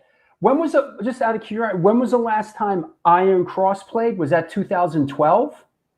No, our last gig was 2013 in Philadelphia. Oh, right. Where you told me, wait here, this picture here, this is from your last show in Philly, the first go round. Yes. In what, 85, yeah. Yeah. So Philly seems to be where you wrap it up, huh? Right, that's like the elephant's graveyard, you know what I mean? Yep. And again, like I said, Philly was always very good for Philly. Also, I'm going to say right here, Philly does not get the recognition it deserves, because they had so many fucking good bands from that town. Mm-hmm. You know what I mean? And they just don't get the recognition. And you're like, why doesn't everybody know why die? You know what I mean? It's like, why do you know these bands? You know what I mean? Flag of Democracy, come in. I mean, all these bands were fucking great. Yeah. And, but DC and New York get it all, and Boston, you know what I mean, for the East Coast, and they get kind of screwed, This is an early one, right? That's 83, I think. Let me guess. Is that the Wilson Center? I don't know. I'm being silly. That's Worcest Hall. What's which it is called? now, that Worcester Hall WST was an old radio station, I think. Uh-huh. Or it might be where the new 930 Club is. I think. I don't know. Yeah. Okay. It's a show from a long time ago. Gotcha. Hey, let me do my last sponsor shout out. We'll take a couple questions and we'll wrap it up, okay? Okay. What's happening? This is the New York Hardcore Chronicles Live. We are sponsored by Your Core Hardcore fan page, Chain Reaction Records and Skateboards, The Texas Silver Rush, Organic Grill, and New York Hardcore Comics. New York Hardcore Comics opened back in 2013 when lifelong friends Debo DePro and Lee Fairley combined their collections and obsessions for comic books, punk rock, toys and statues, Magic the Gathering, and all things horror. The store is located at 117 Main Street in lovely Dobbs Ferry, New York. If you want to support them during this pandemic, please contact them via email at newyorkhardcorecomics@gmail.com or any social media channel for an exclusive store package. That said, couple other shows. Want to remind you, we just announced this fairly recently, that January 27th, we have the lovely Mina Caputo coming on the show from Life of Agony. This should be interesting. January 27th. So tune in for that. And also, speaking of Philadelphia, I have not announced this show on this show yet. But speaking of Philadelphia, on Sunday, January 31st, from Philadelphia's own McRad, as well as Underdog, also sat in with the Bad Brains, Mr. Chuck Treese, out of the City of Brotherly Love. So that's a new show. You might not have seen or heard about that yet. So Chuck Treese coming up. And then, of course, as we all know, the 100th show heading your way. Kind of stoked on this one with Jamie Jasta. By the way, I was just on Jamie's podcast. Jamie's going to be our 100th guest on the show. Yeah, it's out there. Jamie's podcast. I just did his show. He's reciprocating. He's doing our show. So it was great. I enjoyed doing Jamie's show. I've known Jamie a long time. This is going to be a great show. Yep. Chuck Treese coming on the show. Pro skater, Larry. Yep. Chuck Treese, pro skater. So yeah, lots of great shows coming up. Trains moving along. That said, hey, let's, I think I covered everything. We got everybody. Let's take some questions for our guest, Sab Gray from Iron Cross and Royal Americans. Let's see, any questions? Post them up. Here we go. Why do I feel like I'm forgetting something? Hate that. What am I forgetting? You know, what do you want to have for dinner, Dad? You know. Keith Chapman, McRad is the stuff. Weakness is top 5 skate. Yeah, for sure. Oh, you watched the Jasta show? Yeah, it was good. Let me see what else. Let's bring our guest back on. What's happening, man? I am. You getting out at all these days, or you're locked down totally? We go for you're drives. working. You're working, right? I go to work, and then weekends we go for a drive somewhere, and stay away from people. Stay away from people at work? No. Stay away from people when we go for a drive. I know, but when you're at work, do you stay away from people? Well, I'm not like standing next to somebody on a factory line, so you know what I mean. Okay. So we're kind of we're hopefully we're okay, you know. Here's a question from our friend Frankie Too Far from Step Too Far. Will Arsenal win the league? No. Stupid question. Of course not. No. I don't know much about football, so yeah. You see, let me ask you this from that early era. Is there anybody that really resonated with you early on that you thought really didn't really get the recognition, or that you thought was really going to go further? Are there any unsung heroes of that early DC hardcore thing? Black Market Baby. They were fucking awesome. Live, Wow. Up there with the Bad Brains any day of the week. Wow. They were incredible live. They had it all. They had, Boyd is great frontman, killer musicians, fantastic songwriting. It didn't happen. You know what I mean? And not that, and to be honest, not that anybody thought anything in my day of making it. You know what I mean? It was just something you did because you wanted to do it. I don't think anybody had an idea that there was a step to a bigger, or if it was bigger, you know what I'm saying? Yeah. It took a while for professionalism to come in. You know what I mean? I remember seeing very early on, I saw like in 81 up in New York, they opened for the Bad Brains. I saw Marginal Man. And I thought I was impressed. I thought they were pretty damn good. Yes. Yeah. They were great. Now, no, excuse me. I saw Artificial Peace. Who became Marginal Man? That's why I saw Artificial Peace. Yeah. So, yes. Chucky Brown once again says, is it true when you were 12, the first albums you bought were Beatles Revolver and David Bowie's Space Oddity? We kind of touched on that, but yeah, there wasn't the same day. But yes, the first single I bought was Space Oddity. The first album I ever bought was Revolver, which, by the way, is the last good Beatles album. It's all downhill after Revolver. Is that right? I will stand by that 100%. Wow. That's their last truly great album. They might have a good song here or there, like Rain is fantastic. But that is their last great album. Yeah, I could see that. This might be a little Baltimore guy here. Any Hammerjack stories? Hammerjack only went there once when I was visiting from the UK with some friends. Good for you. That place was a fucking dump. They keep talking about bringing it back, and it's like, why? When things are gone, they're gone, man. I agree. Let me think. Has Iron Cross toured much down the southeast coast? We have not. The last, yeah. I mean, we used to go. Yes, we played in Florida once. We played South Carolina. We used to go down to Atlanta all the time. Oh yeah, that was a Beer basketball. Olympics. Yeah. Beer Olympics used to go on there, so that was always a great time. And then we played North Carolina, the 506 and the Cat's Cradle in Chapel Hill. Makes sense.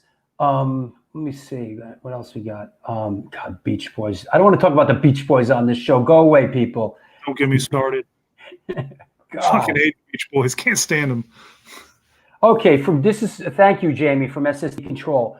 What was the name of the high school we played with you guys? Our first DC show. I think Wendell couldn't play because they wouldn't let him out of boarding school. High school? Yeah, he's talking about HB Woodlawn. Oh, Woodlawn High School. That Woodlawn High School. Yeah, we played. Yeah. That's right. We did play there, and we played in the Chancery. Well, the Chancery for sure. I mean, yeah, the Chancery. I was there for the Chancery. That was epic. Right, but there was HB Woodlawn High School as well, and I don't remember which one was first and which one. The high school was first. Okay. Yeah. That I know. In 2010, you performed "Crucified with Agnostic Front" at the Bell House in Brooklyn. We played that show. You did? Yeah. Yeah. Yeah, I remember that. Actually, it was pretty funny. So yeah, that was a good show. Antidote played that show. It was a great show. It was a lot of fun. Ask him about his passion for Scottish football, which we have in common. We always bonded. Scottish football? Well, we talk about it. I'm not a huge fan. I would support Motherwell. for Scottish football because I'm not supporting any of the other big teams up there because I despise sectarianism. But yes, I will, quite happily talk football with my buddy Al there. So yes, that makes sense. Even though I don't support the team he supports, I will. I'm happy to. There are aspects about them that I like. So yes. Oh God, what is this one? Do you remember the Murderers Row Mad Ball Brawl on stage at Saratoga Winners? Let me get this straight. You mean people were brawling in Troy, New York? No way. That place, man. Oh God, Saratoga Winners. Brawl. Every time you go there was a brawl. Really? Okay. Oh yeah, no. Troy, New York was they should No, I have had remember Troy because we played Troy, and there was that weird club that had the balcony. At the top. Saratoga Winners. That's it. Oh, that was the name of the club. Okay. Saratoga Winners is the name of the club. It had like this weird sort of. Okay, I was getting confused because I know we played Saratoga another time up there, so I was getting confused. Yeah, that was a fun club. Yeah, we had a good time. We had a very good. I mean, we always have a good time with Bob. Come on. Love Bob. So you're looking to bring back Dork Time Radio? Yeah, Dork Time will start whenever. Like I say, whenever I can find time. We just started, season 4. We just started it, and then this thing hit, and I'm just like, yeah, as you know, it takes several hours to put a show together, and I just don't have that time. Yeah. At the moment in my life, so it's like, oh well, Yeah. Yep. How's this sound? How's this sound on my show? I don't want to talk about Screwdriver, and I don't want to talk about Ian on my show. So go away. Yeah. No thanks. Pass. How about how is it playing with Slaughter and the Dogs in Munich? Wow. Yeah, that was heaps of fun, especially for me, because I was like, I totally fanboyed that one. I was like, oh my God, Slaughter and the Dogs, one of my favorite bands of all time. Holy shit. And they were like the nicest guys. Actually, yeah, they were like the nicest guys in the world. Yeah. Yeah. That was a good show. That was a lot of fun, and I think that we covered it, my man. Anybody you want to shout out? Anybody you want to thank on the way out? It is Shout Out Sunday, so. Okay, so we did Star Control, yes, but then we did my new band, which may or may not be called The Cursed Ships. The Cursed Ships? Yes, it might be called that. It might not. We don't know yet. It's not a bad name, The Cursed Ships. It's unique. Nobody else has it. Right, you know what I mean? And shout out to my friends Mafa up in New York. Oh yeah, that's right. Wow. That slipped my mind. What's the connect? How are you connected with them? The bass player and I are good friends. She's from DC. Flora is from DC. Yeah, of course. And so I was gonna come up and play their show that you were putting on, and then then this thing hit, and nothing ever happened. Totally slipped my mind. Yeah, they're great. They're a great band, and they're an awesome band. And that's awesome. We were that was gonna play your your show, and then it never happened. That was back in May, right? It's back when we thought, so this is only gonna last like a month or something. We'll be back. We'll book it for June. Now we're thinking maybe we'll be back in a year. We're not gonna play till 2022. There's just not gonna be any gigs till then. Yeah, it's gonna take another year to get over this bullshit. Unbelievable. Well, thank you for coming on the show. Absolute pleasure. Yeah, Absolute. man. Thank you so much. And I'll be in touch, and when the zombies stop biting people, we'll pull it back together, and hopefully you'll come up and play that show. That sounds good. All right. Take care, and all the best to you and your family. And to you. Take care. Thank you so much. My pleasure. There you go. It's the New York Hardcore Chronicles Live. Our guest today was Sab Gray from Iron Cross and the Royal Americans. We are sponsored by the Texas Silver Rush, Chain Reaction Records and Skateboards, Your Core Hardcore fan page, The Organic Grill, and New York Hardcore Comics. Not to forget our good friends at Pitchfork and Fryette Amplification. That said, yeah, what else? Hey, we got a couple of minutes. If anybody's got anything. Oh, geez, man. What's up, you guys? What's up? Had to do a quick Rat Bones wardrobe change in honor of Sunday. God.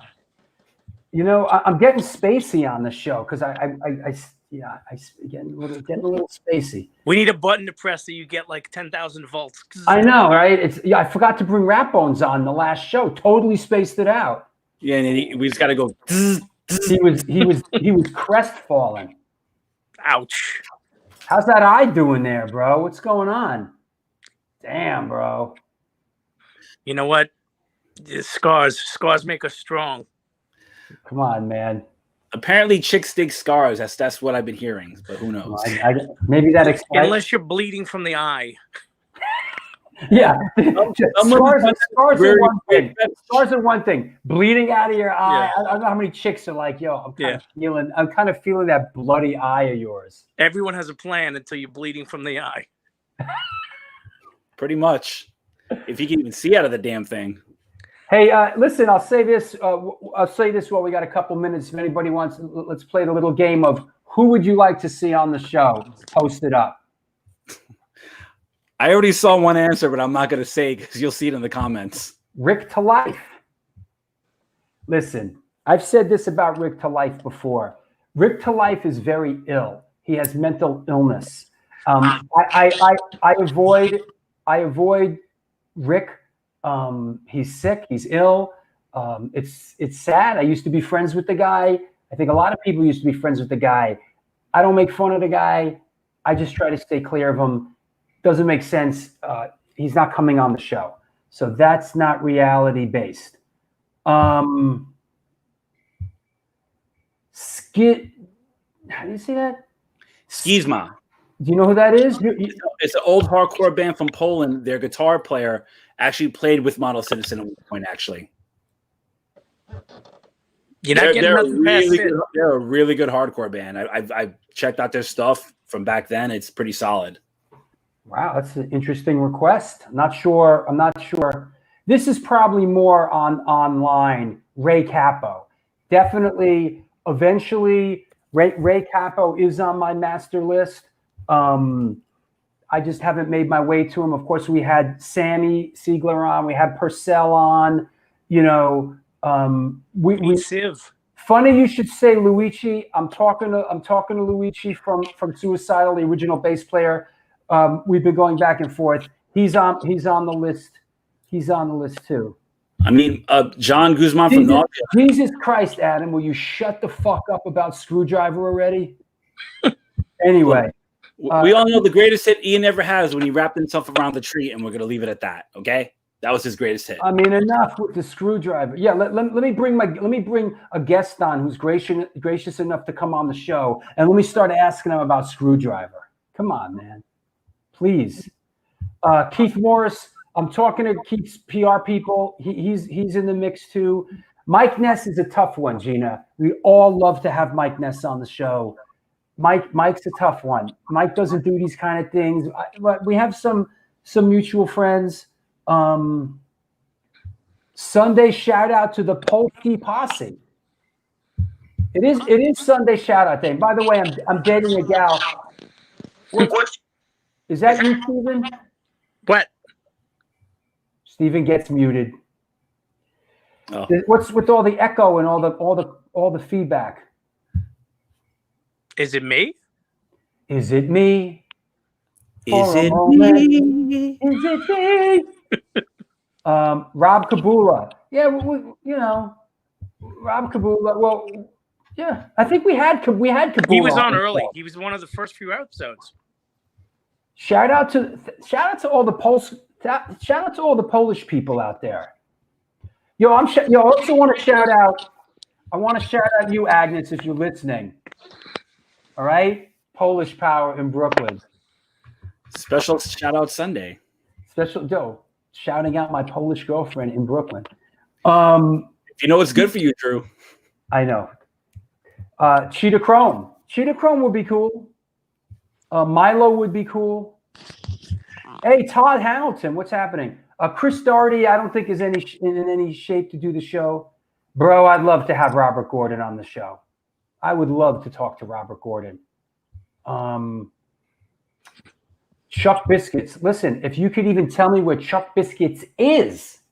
That would be an amazement. Chuck Biscuits went MIA years ago. Chuck Biscuits is one of the greatest drummers in hardcore history and disappeared about 10 years ago. Yeah, he's off the grid. No one knows where he is. I mean, he's no alive, one knows where he is. but nobody knows where he is. Things like he's working at a Home Depot or something. He's out of the mix. You know?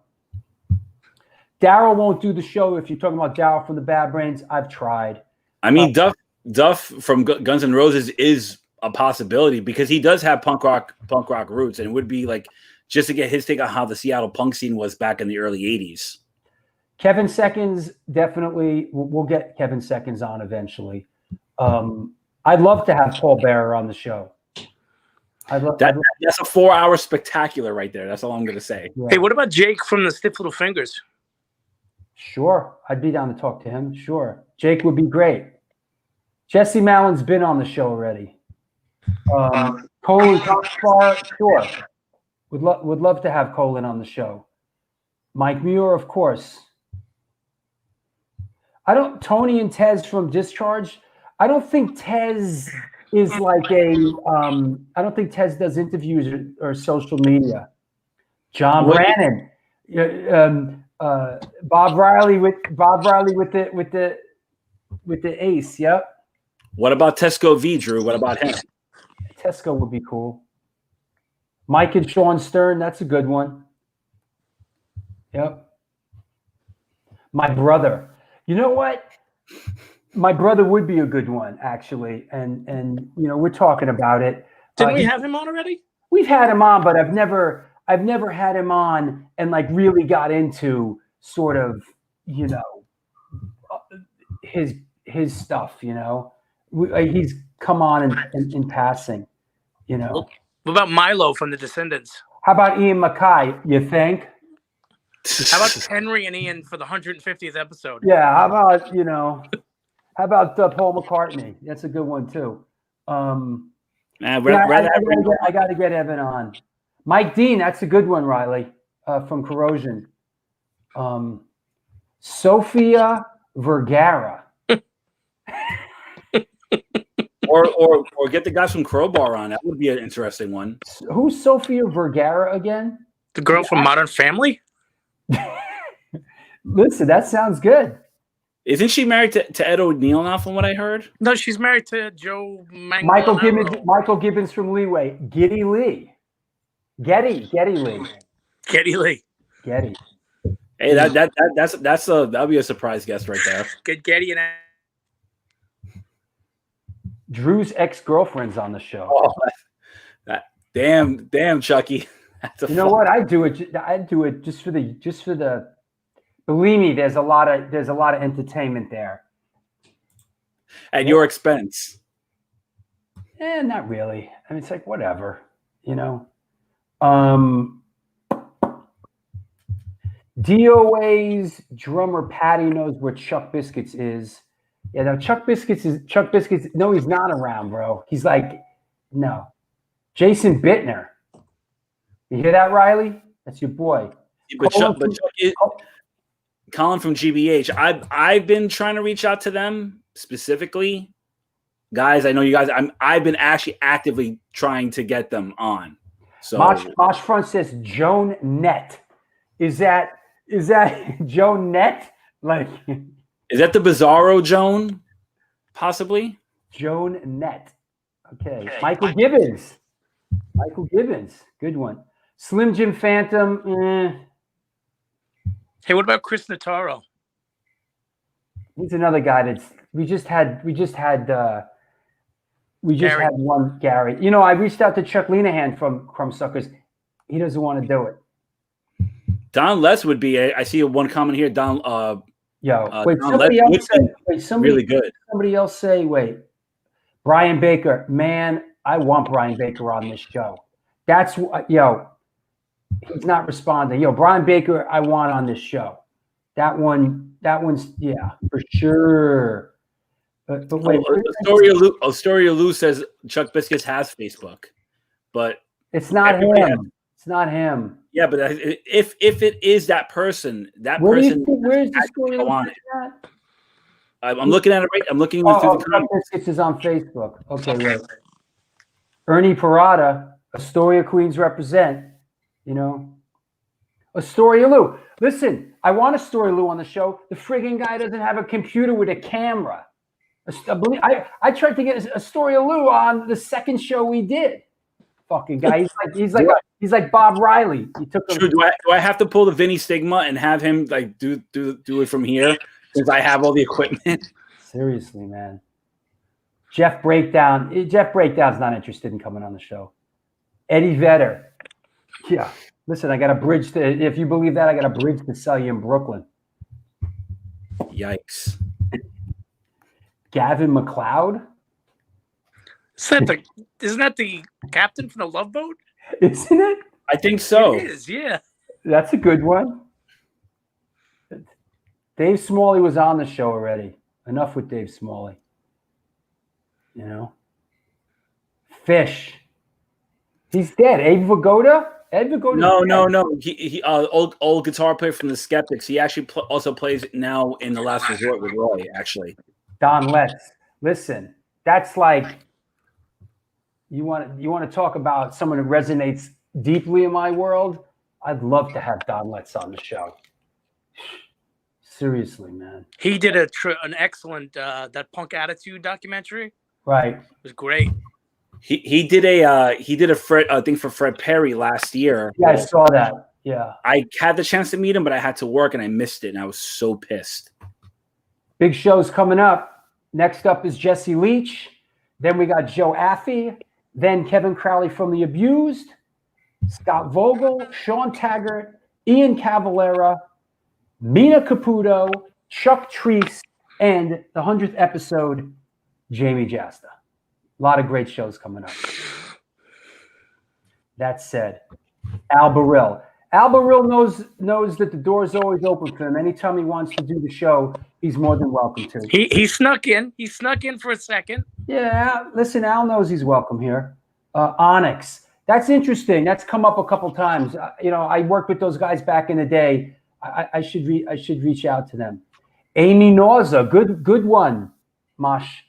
Amy's not. Amy's a doctor now. I don't think she's coming on a show like this to talk about. Funny enough, I mean, it would be good to actually have John Guzman from Nausea because he has. He won't do it either. He won't do it either. I could talk to him. And now we're going deep, Steven and Marita. Nick Gomez, who directed Laws of Gravity. Now you're talking, bro. Love that film. I love that film, Laws of Gravity. Love it. Love it. Did you just get fierce, Drew? Love it. Jeff and Rage. Didn't we have Jeff and Rage on? Jesus. It's been this many shows, Drew. You're going to have to go through your archive because even I don't remember this one. Harley. Ooh, good one. I would love to have Harley on. I would love to have Harley on the show if we could talk about music. If we could talk about music and all that stuff, I would love to have Harley on the show. For the record. Which episode on the big announcement? Huh? The big announcement is the 100th show. We made the big announcement. What do you Come need? on, Chuck, you wake up. You need some more Cafe Bustelo, man. I reached out to Ice-T early on. I got to reach out to him again. No, we never had Jeff and Rage. I like Jeff a lot. We got to get Jeff on. Bob Sensi, I was going to do a This Is Boston, Not LA reunion show with Bob Sensi and one of the guys from the FUs and one of the Richard from the Proletariat. But that sort of flitted away. But That's on my to-do list. Is a This Is Boston, Not LA reunion show. What's going on? Nothing. It's the end of the world. The big announcement is a secret. I don't know what the big announcement is. Oh, is that? Oh, I know what you're talking about. Oh, I know. Okay, I got it. We're getting there. We're getting closer to making the big announcement. The holidays kind of, threw a little dick in the game. So that said, all right. Hey, what else? Shout out. You want to shout out anybody? Sid, shout out. I guess Steven's still on mute unless his feedback. So, no, actually, I just want to thank everybody, for still tuning in week after week, checking out the show. I'm just having fun. That's what it's all about. That's why we're all doing this. That's what it's all about, man. Just having fun. Yeah, it's so cliche, but it's about having fun. Welcome to the life of Sid the Kid. It's just all about having fun. I want to have some fun. Move my body all night long. Drew, we got to get you in karaoke bar. When this thing is all done, video, bro. When this thing is all done, we got to get you live at the karaoke bar. Do you know that? I was the second AD on the Samantha Fox video, I Want to Have Some Fun, shot at Bethesda Fountain in Central Park. Why don't you get her on the show? Try getting her on the show. Hey, it's a possibility, man. There you go. Look, Zach De La Roca? Oh, from Rage? Vocalist from Rage. Yeah, I wish. You love that song, Gina B? Yo, I was the second AD on that video. I want to have some fun. That's our next guest, Samantha. I saw her at one of the Chiller things. She was signing autographs, and I said, I was the second AD on I Want to Have Some Fun. She was like, no way. In your head, dude, you just wanted to motivate him. I tried. Rob Flynn's on the hit list, too. All right, Sid, we'll see you in a bit. Steven, you want to shout anyone out? No, you know what? I'm just enjoying the day today. I shout out my band Serial Poets. We just put our new single out and trying to spread the word as much as possible. It's called Can't Judge a Book. And actually, I was talking to Mike Valente earlier, and I sent it to him. He really enjoyed it. We do a little bit of a mashup between Rush and Black Flag, and it's called A Working Man's Nervous Breakdown. And I think he'll enjoy it. It's on Bandcamp. All of our stuff's on Bandcamp. Go to Bandcamp, listen to it. See, someone's asking about Mike Peters, bro. That would be awesome. And he's definitely. What happened? Didn't we reach out to him? What happened with that? I did, but you know what? He's been doing a thing throughout the whole pandemic called the Big Night In, where every week they do like a live show from their house. And listen, he might think what he's doing is important, but truth be told, this is the New York Hardcore Chronicles live. That's and right. Come on, bro. He needs to like get real. I'll hit him up again, because I think that he would love it. He's a totally loves the old school punk. Yeah, we like him, man. The Drew Stone Hit Squad played with him. Like I've interacted with him a bunch of times. His film was distributed by the same distributor that distributed the Alago film that I did. So I've crossed paths with him a bunch of times. It's just one of the greatest people I know. That's all I got to tell you. And in fact, his drummer Smiley used to play in Joe Strummer and the Mescaleros. That I wouldn't doubt. So Josh Silva from Type O is an EMT now, and I don't think he wants to talk about any of the old days. All right, man. Hey, I'll talk to you soon.